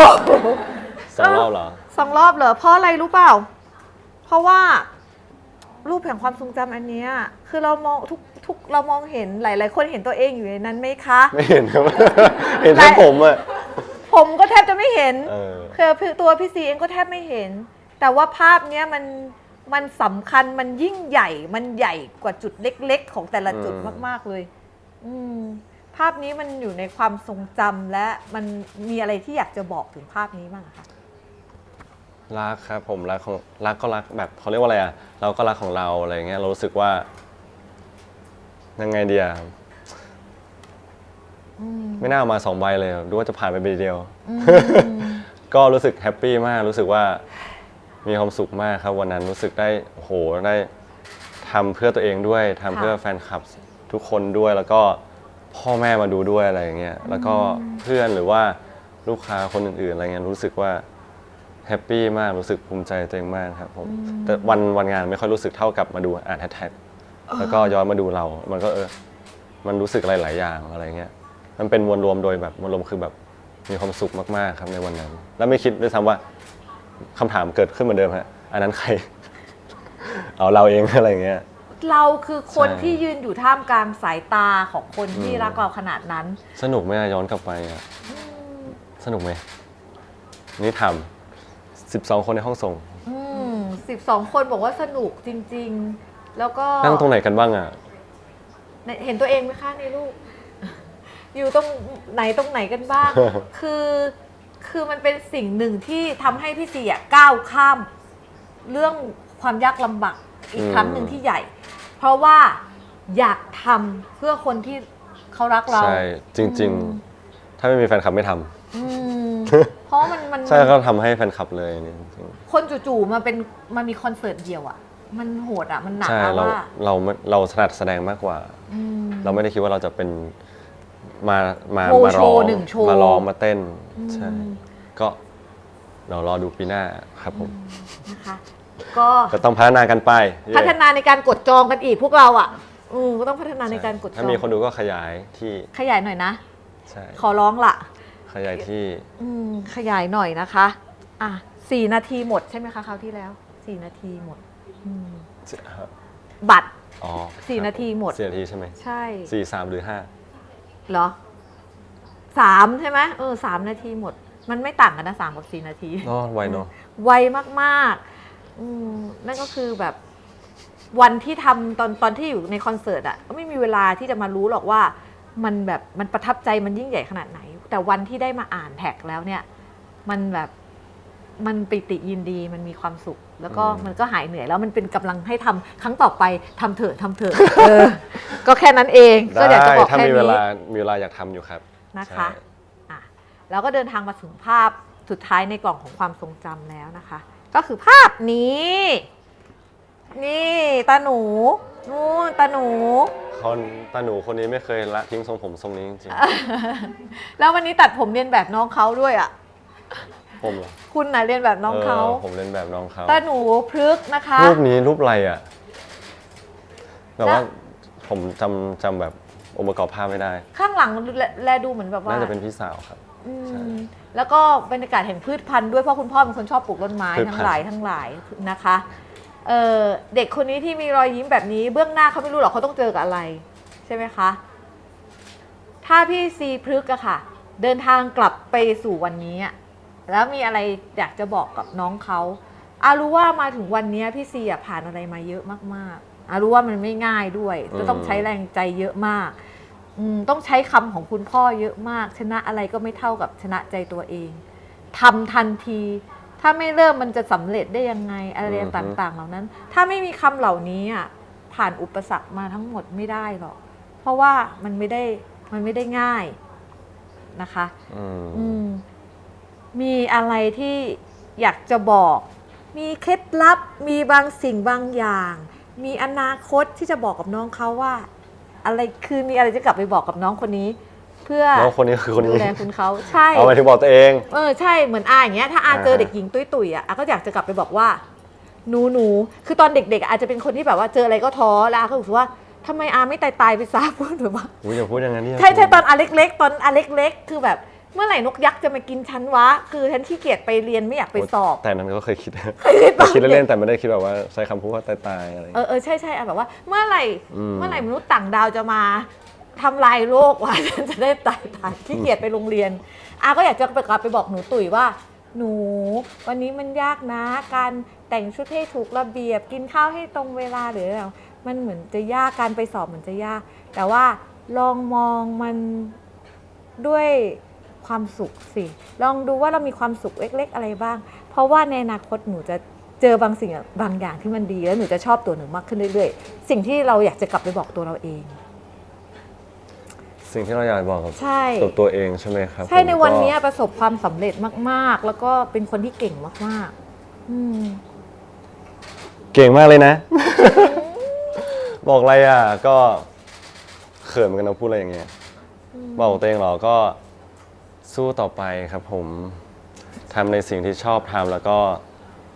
ใช้ชีวิตให้มีความสุข แล้วก็อย่าประมาทกับการใช้ชีวิต แล้วก็เรียนรู้กันไปบางทางมันจะมีผิดบ้างร้องไห้บ้าง แล้วก็อาจจะมีความสวยงามบ้างมันเป็นเรื่องปกติอยู่แล้วไม่มีใครเดินทางแบบว่าเดินทางในเส้นทางที่แบบโรยด้วยกลีบกุหลาบอยู่แล้วครับผมก็ค่อยๆเดินค่อยๆก้าวไปถอยได้พักได้แล้วก็ก้าวเดินใหม่แล้วก็ค่อยก้าวค่อยก้าวแล้วก็ค่อยเรียนรู้ไปครับผมแล้วก็หลักๆก็อย่าลืมรักษาสุขภาพด้วยใช่แล้วก็ยิ้มแบบนี้นะยิ้มแบบนี้ไปตลอดนะ ไม่รู้จะพูดอะไรจริงก็ ไม่ คือ ผมมองไปมองมาหน้าเหมือนผมอยู่นะ ก็ ห คื มา อย ถึง คุ ว่า ณ ผม ไง ไม่เหมือนผมหน้าเด็กอยู่อะตอนเนี้ย ใช่วันนี้นะวันนี้แบบวันนี้มาโทนน่ารักนะ เหมันผมหน้าเด็กอยู่นะ เหมือนกันเลยแล้วก็มาวันนี้พี่ซีดูอยู่ในโทนที่น่ารักมากนะคะ ก็อย่างที่บอกน้องนั่นแหละว่าค่อยๆเรียนรู้กันไปคำนี้จะได้ยินบ่อยๆจากพี่ซีเนาะแล้วก็อดทนนะทำในสิ่งที่ตัวเองรัก ใช่ครับ มันก็คือปรัชญาในการใช้ชีวิตที่พี่ซีใช้มาเสมอ ก็อยากจะบอกน้องเขาตรงนั้น แล้วก็อย่าย่อท้อนะ บางทีมันก็ร้องไห้บ้าง ใช่เป็นเรื่องปกติเลย บางทีมันก็ร้องไห้บ้าง ใช่ แต่ว่าหนูเติบโตขึ้นมาหนูจะได้รับความรักจากคนมากมาย เพราะว่าสิ่งที่หนูทำแล้วก็หนูอดทนมาโดยตลอด ไม่คนมากมายซนๆสัญชัยนะหนูด้วยก็ ใช่ อย่าลืมรักตัวเองให้มากๆด้วยครับ ผมมารักกันแล้วก็อย่าลืมรักตัวเองให้มากๆด้วย ทุกคนมีเรื่องหมดแหละผมเคยแบบนั่งคุยกันอะไรเงี้ยก็เข้าใจนะจริงๆ นี่ก็บอกทุกคนว่าคุยได้หมดเลยเป็นพี่เป็นน้องเป็นอะไรก็ได้หมดเลยยกเว้นเป็นแฟน โอ้ย หยอกครับ ทำไมยกเว้นล่ะ แต่คุยได้หมดเลยครับเรื่องปัญหาเรื่องชีวิตอะไรเงี้ยหมายถึงว่านี่ก็เคยบอกหนูว่าปรึกษาได้ไม่ต้องเชื่อเฮียก็ได้ แต่ก็เอาไปนำไปคิดหรืออะไรลองเลือกเส้นทางหรือว่าเลือกอะไรสิ่งที่มีความสุขอะไรเงี้ยหรืออะไรที่ช่วยได้ก็บอกกันอะไรเงี้ย ก็เป็นแบบว่าให้อีกแนวคิดหนึ่งสิ่งหนึ่งก็ไม่ได้อยากจะบอกแค่กับเจ้าหนูพฤกษ์คนนี้ ก็อยากจะบอกสัญ ใช่บอก ชา ทุ ย กคนด้วย ซนๆนานา สัญ นุ ชายโซนานุนะครับผม นะคะ วันนี้ได้รับความรักมากมายแหละจากสัญชายซนๆนานานุ มีอะไรอยากจะบอกกับทุกคนบ้างคะ บอกบ่อยแล้ว อ๋ อ อ ย่าเพิ่ง เหรอ เบื่อนะครับผมทำไมทุกวันนี้รู้สึกสำเนียงมันไปเป็นเหมือนหนูไงไม่รู้อะ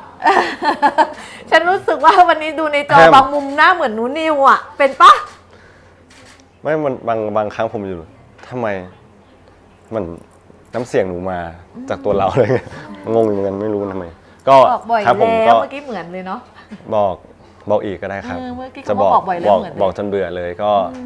รักทุกคนมากๆนะครับผมทั้งคนที่ดูในไลฟ์แล้วก็ที่อยู่ตรงนี้นะครับผมก็ขอบคุณมากที่สนับสนุนนะครับผมซีพึกนะครับผมและตัว ค่ะ นะครับผมไม่ว่าจะเป็นโซนชันชัยนานุที่ทำให้ซีพึกได้มานั่งตรงนี้ แล้วก็มีงานทุกวันนี้ จริงๆต้องแบบขอบคุณทุกคนมากที่เขาเรียกว่าอะไรอ่ะเหมือน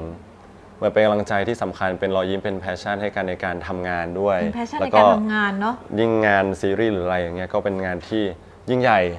ครับผมก็ขอบคุณที่แบบมาเล่นเทรนแล้วก็เป็นกำลังใจให้ครับผม ค่ะ ใช่แล้วก็ขอบคุณทุกอย่างเลยไม่ว่าจะเป็นแรงกายแรงใจครับผมแล้วก็เวลาที่คุณเอามาให้พวกเราเนี่ยก็ขอบคุณมากเลยก็อย่าลืมให้ผมแล้วก็อย่าลืมให้ตัวเองด้วย ก็ขอบคุณทุกคนมากที่มาเป็นความรักให้กันครับผมเป็นแพชชั่นให้กันครับผมก็ฝากด้วยครับปีหน้า ปีหน้าก็เพราะความรักของทุกคนแหละ คนคนนี้ก็คือมีภาพเอาเฉพาะในดูมันดีก่อนนะ ภาพยนตร์หนึ่งเรื่อง ซีรีส์ข้ามฟ้าอีกเรื่องหนึ่งไหนจะซอมไวโวอีก แล้วยังจะไปเล่นกับพี่ชอตใช่ไหมครับ พี่ชอต ใช่ ด้วยก็คือเห็นบวงสรวงแล้วแบบกรี๊ดเลยอ่ะ เดี๋ยวมีครั อ่ะ บ ถ้าบอกได้ก็จะบอก แต่ว่า ครับ ก้าวของเขาก็ยังจะก้าวต่อไป ใช่ ก็รอมีอะไรที่แบบว่าในปีหน้าที่แบบท้าทายเยอะมากครับผม เพราะว่าบางโปรเจกต์ก็คุยกันแล้วหรืออะไรอย่างเงี้ย ถ้าบอกได้ก็บอก บอกได้บ้างก็บอกไม่ได้บ้าง ใช่ แต่ ก็ ว่ามันจะมี ก็สัญญาว่าจะทำผลงานทุกผลงานมาให้ทุกคนแบบว่าเขาเรียกว่าอะไรตั้งใจทำผลงานทำออกมาให้ดีที่สุดครับผมใช่ ยิ่งได้รับความรักเยอะก็จะยิ่งเอาไปทำผลงานที่ดีขึ้นมาอีก ใช่ส อา นุ รู้ กครับ ว่า แฮป แบบ ปี้ ว่าตำพังทำเพื่อตัวเองอ่ะ มันก็ทำระดับหนึ่งแหละ แต่ถ้าทำด้วยการอยากตอบแทนคนที่รักเราอ่ะ มันจะไปอีกสเต็ปหนึ่งซึ่งอายเห็นในตัวเฮีย จริง ๆ ก็อยากเอาให้ทุกคนมาแสดงเหมือนกันนะฮะ โอ้ไม่ต้อ แต่ ง ทุก ไม่ คน ต้อง ไม่ได้อยากแสดงไง เราก็เลยแสดงให้ดีที่สุดอะเนาะ มีใครอยากแสดงอยากเป็นนักแสดงไหมฮะไม่มีเลยเหรอ ก็แต่ว่าทุกคนเป็นแบบนักถ่ายทอดคลิปใช่ไหมก็อยากถ่ายทอดไปสู่เพื่อนๆนักแบบเก็บภาพโมเมนต์ที่น่ารักชอบสิ่งที่สัญชัยซนๆนานานุทำให้น้องทั้งสองมากๆเลยอ่ะในความตั้งใจเนาะเขาแบบเขามีภาพของเราเขามีคลิปของเราเขามีเรื่องของเราเขามีมุมบางอย่างที่เขารู้จักเรามากไปกว่าที่เรา เห็นตัวเองอีกคือเขามองจากมุมอื่นๆอะแล้วเขาเห็นอะ บางทีก็ อ่านแล้วก็ชื่น ที่ ใจ ไม่กล้า ปะ สบหน้าสบตาทุกคนบ่อยเรารู้สึกเขินเหมือนกัน อืม เพราะเราก็เคยถอดตัวเองว่ามองอ่ะยกตัวอย่างถอดตัวเองเป็นแฟนคลับมองหนูอะไรเงี้ยก็รู้สึกว่าอื้อหือก็เขาเรียกว่าอะไรอะมองไม่คาดสายตา แล้วแบบ คือต้อง ทำอะไรรู้หมดเลยอะไรเงี้ย ใช่ คือต้องรักกันแค่ไหนนั่นน่ะมันก็เป็นสิ่งที่เขาทั้งสองรับรู้ได้ แล้วก็มันก็เป็นแรงบันดาลใจที่จะทำในสิ่งต่างๆต่อไป ก็ในฐานะที่แบบเป็นคนที่รักน้องๆทั้งสองคนอ่ะก็ได้อาศัยดูจากผลิตภัณฑ์ที่โซนๆทำขึ้นมา หรือว่า ผลิตภัณฑ์ ก็คือเช่นวิดีโอคลิปทั้งหลายที่ทุกคนทำหรือว่า เยอะมาก หลายๆอันอ่ะแบบมันมีความสุข เป็น มาก คน อ่ะ ที่เขาเรียกว่า ทำให้เราเห็นในแวดวงมากขึ้น ไม่ขาดหายอะไรเงี้ยเลยมีงานอยู่ทุกวันนี้เอาจริง ใช่แล้ว ไม่ว่าจะเป็นคลิปหรืออะไรที่บางคนก็DMไปหาลูกค้าอะไรเงี้ยฝากงานอะไรเงี้ยใช่น่ารักบางทีแฟนคลับก็เป็นลูกค้าก็มีช่วงนี้ เนี่ย เยอะด้วย ก็ ยินดี คือ ครับ แบบ ยินดีครับ มันสนับสนุนกันแล้วก็คลิป ใช่ ต่างๆ เหล่านั้นก็ยิ่งทำให้คนได้เห็นเรามากขึ้นด้วย อันเนี้ยมันเป็นมากกว่าความรักที่ให้กันจริง ๆ มากกว่ากำลังใจและแรงบันดาลใจด้วย วันนี้ก็ขอบคุณนะคะ ขอบคุณ คุณ มาก พฤกษ์พาณิชย์นะคะ มากๆเลย เช่นกัน ที่มาแล้วก็ ปกติไม่ค่อยคุยอะไรอย่างเงี้ยเหมือนกัน แล้วก็แบบ พูดอะไรไม่ดีขอโทษด้วยครับ ไม่มีอะไรที่ไม่ดีเลย ขอบคุณมากๆด้วยนะคะ ที่มาแบบลังสตินะแล้วก็พวกเราทุกคนด้วยว่าอุปสรรคมันต้องเจอ หรืออะไรที่ยากเราก็อย่าเพิ่งแบบใช้คำนั้นกับเราบ่อยๆ เปลี่ยนหันเหคำในทางที่ดีแล้วเราก็จะผ่านมันไปได้ด้วยดีแบบที่พี่ซีผ่านไปอาจจะเอาไปใช้ด้วย จริงๆ คนขี้ท้ออย่างก็จะไม่ท้อแล้วนะคะจะเอาชนะใจตัวเองให้ได้เพราะว่าอยากจะชนะที่ยิ่งใหญ่นะคะในวันนี้ต้องขอบคุณทุกๆคนนะคะที่ทำไมคะมารายงานผลมารายงานผลนะคะเทรนด์ Twitter นะคะล่าสุดนะคะเพียว plus xc พฤกษ์นะคะทุกคนก็ทวิตต่อกันไปนะคะในประเทศไทยนี่เป็นอันดับ 3 ของวันนี้นะคะขอบคุณนะคะ ที่ในใจพูดอะไรไปบ้างวะเนี่ย มันดีมากแล้วก็ถ้าพี่ซีพูดไม่ตรงกันมันจะขัดแย้งในตัวเองแต่ทุกๆคำในทุกๆรูปของเขามันสอดคล้องความเป็นตัวตนของพี่ซีมากๆจริงๆวันนี้นะคะในประเทศไทยอันดับ 3 มาเลเซียอันดับที่ 6 อินโดนีเซียอันดับ 38 นะคะ Worldwide อันดับ 37 นะคะจำนวนทวีตก็คือ 112,000 ทวีตนะคะขอบคุณมากนะคะ ขอบคุณมากครับเห็นหน้าทุกคนด้วยเห็นไหม เห็นทุกคนด้วยแต่ทุกคนใส่หน้ากากอยู่ค่ะ กล้องแผ่นมาแล้ว ก็ขอเชิญชวนนะคะทุกคนนะคะก็ฝากช่องเล็กๆของด้วย ไม่เล็กแล้ว มีบีกับนวลปุ๊กปิ๊กกันอยู่ในนี้นะคะ ก็ถ้าเกิดว่า หรือว่าเรารวมบริษัทกันไหมฮะ อยากไปมากเลยค่ะ อยากไปกินดีอยู่ดีกับคุณออปชั่นนะคะ คือเจ้าของบริษัทขายที่ก็คือฝากช่องด้วยนะคะ อันนี้ ครับ ถ้าเกิดว่าสะดวกก็กด subscribe ให้ด้วยนะคะ อันนั้นอะไรคะอันดับหนึ่งนะคะไปในประเทศไทยอันดับ 1จ้าเพียว plus เก่ง xc มาก พฤกษ์ขอบคุณทุกๆคนมากๆ อันนี้เห็นไหมคะว่าเนี่ยเป็นแบบกำลังใจที่เรามองเห็นได้ แล้ววันนี้ก็จะกลับไปอ่านแท็กไหมคะ อ่านทุกครั้งฮะจริงๆอ่านทุกครั้งแล้วก็ตื่นมาก็ถ้ามีเวลาก็จะอ่านอะไรอย่างเงี้ยครับตุ๋ยอ่านไหมฮะ อ่านก็คือแต่ว่าอ่านเองทำไม่เป็นก็คือให้ ต๊อกแคปมาให้อ่านใช่ค่ะก็อ่านแล้วก็มีความสุขดีใจไปด้วยค่ะแล้วก็ดีใจที่บางครั้งบทสนทนาของเรามันจะเป็นสิ่งที่ดีที่หลายๆคนเอาไปเป็นกำลังใจให้กับตัวเองแล้วก็ชื่นใจมาก ครับ ๆพี่ซีเหนื่อยมากๆเลยนะคะก่อนหน้านี้ก็ทำงานมาอีกหนึ่งที่แล้วก็ต้องวิ่งมาที่นี่ข้าวปลานะแทบจะไม่ได้กินนะคะก็อาหารอร่อยมากตุ๋ย ย่าอาม่าของหนู ขอ เอ กิน ง ฟรีตลอดชีพได้ไหม ได้ไหมล่ะเมื่อไหร่ล่ะ กินฟรีเลยนะ ได้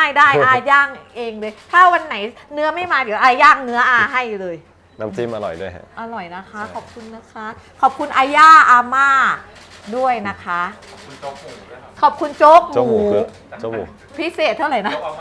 โจ๊กอาม่า เนี่ยเดี๋ยวผม ธรรม โดน ดา ทุกคน เท่าไหร่นะ โดนทุกคนแซว เต็มแล้วเหรอโจ๊กหมู เนี่ย เหร มี อ เวอร์ชันอาตุยด้วยฮะ ก็ฝากเวอร์ชัน R ด้วยนะคะ ให้เคียงข้างกับเวอร์ชันของพี่ แล้วก็ขอบคุณอันนี้ p u r e Plus ครั Shield บ ด้วยนะคะอาฝากด้วย ถ้าไม่ได้ดูแลตัวเองอื่นๆ ก็ปกป้องผิวจากแสงแดดนะคะ แล้วก็กลางคืนก็มีแสงที่ทำลายผิวเราให้เหี่ยว แล้วก็ให้หมองคล้ำด้วย ก็ทากลางคืนนอนได้ค่ะ p u r e Plus Shield นะคะ ขอบคุณ p u r e Plus Shield ด้วยนะคะ ครับ แล้วก็ขออนุญาตบอกว่ามีแพ็กเกจนะคะในการร่วมสนุกก็จะมีรูปโพลารอยด์ที่พี่ซีตั้งใจเซ็นมากๆแล้วรูปตอนที่มากับหนูก็น่ารักมากรูปเซตนั้นก็ชอบมาก ชอบถ่ายอะไรแบบแปลกๆอ่ะ น่ารักมาก แล้วก็วันนี้ก็จะได้รูปพี่ซีด้วยนะคะอีก 30 รางวัลนะคะ ถ้าเกิดว่าใครไม่ได้มาร่วมงานแต่อยากได้ภาพแล้วก็พี่ซีตั้งใจเซ็นเลยนะคะ30 รางวัลเข้าไปร่วมสนุกทาง Facebook เนี่ยนะคะ Facebook อาตุยตุ๋ยภาษาไทย มีตัวอย่างให้ดูด้วย ให้จูด้วยโซคิววันนี้คุณเขาใส่สีชมพู อุ๊ยวันนี้ผมก็น่ารักอยู่นะฮะ จริง แล้ว คือแบบเป็นแบบว่าในลุคที่ไม่ค่อยได้เห็น เหมือนทรงหนูอยู่นะ จริง ก็เมื่อกี้อานั่งดูเพราะอาเคยนั่งอยู่กับหนูตรงนี้ แล้วก็อาเงยไปดูมอนิเตอร์ โอ้ยอย่าไปเปรียบเทียบหนูเลยสู้ไม่ได้ฮะคนเนี้ย ไม่แต่ว่าวันนี้ทรงนี้ดีมากๆ และตรงคำที่บอกว่าบอกไว้แล้ว อันนั้นเหมือนองค์หนูมาลงเตอเลยครับผม นะคะก็จะได้เก็บภาพนี้ไปเป็นความประทับใจขอบคุณพี่ซีที่มานะคะ แล้วก็ขอบคุณทุกๆคนที่มาแล้วขอบคุณทุกคนที่ดูอยู่แล้วก็ทวีตไปด้วยนะคะ ทุกคนเป็นเจ้าของกิจกรรมนี้ด้วยกันนะคะวันหน้าอาเชิญมาอีก หรือว่าเป็นเจ้าของกิจการ กิจการก็คือ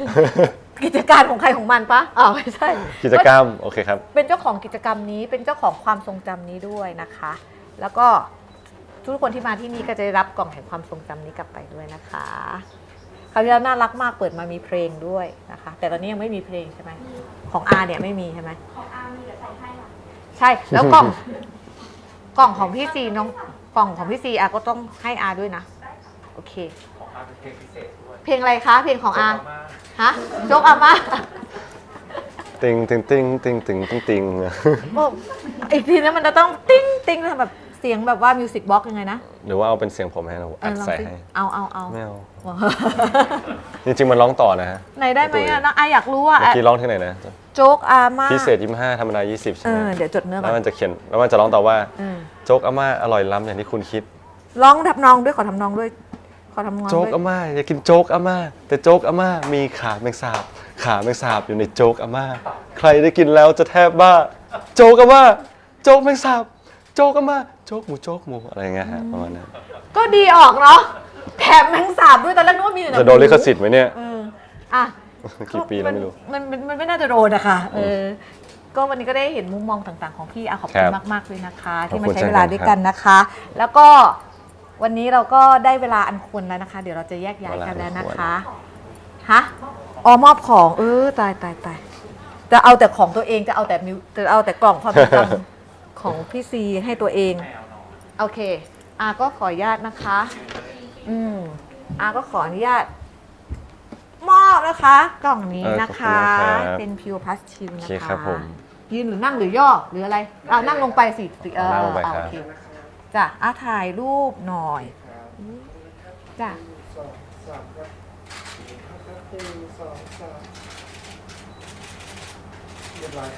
ขอบคุณมากครับขอบคุณมากครับค่ะฝากไปให้คุณแม่และคุณ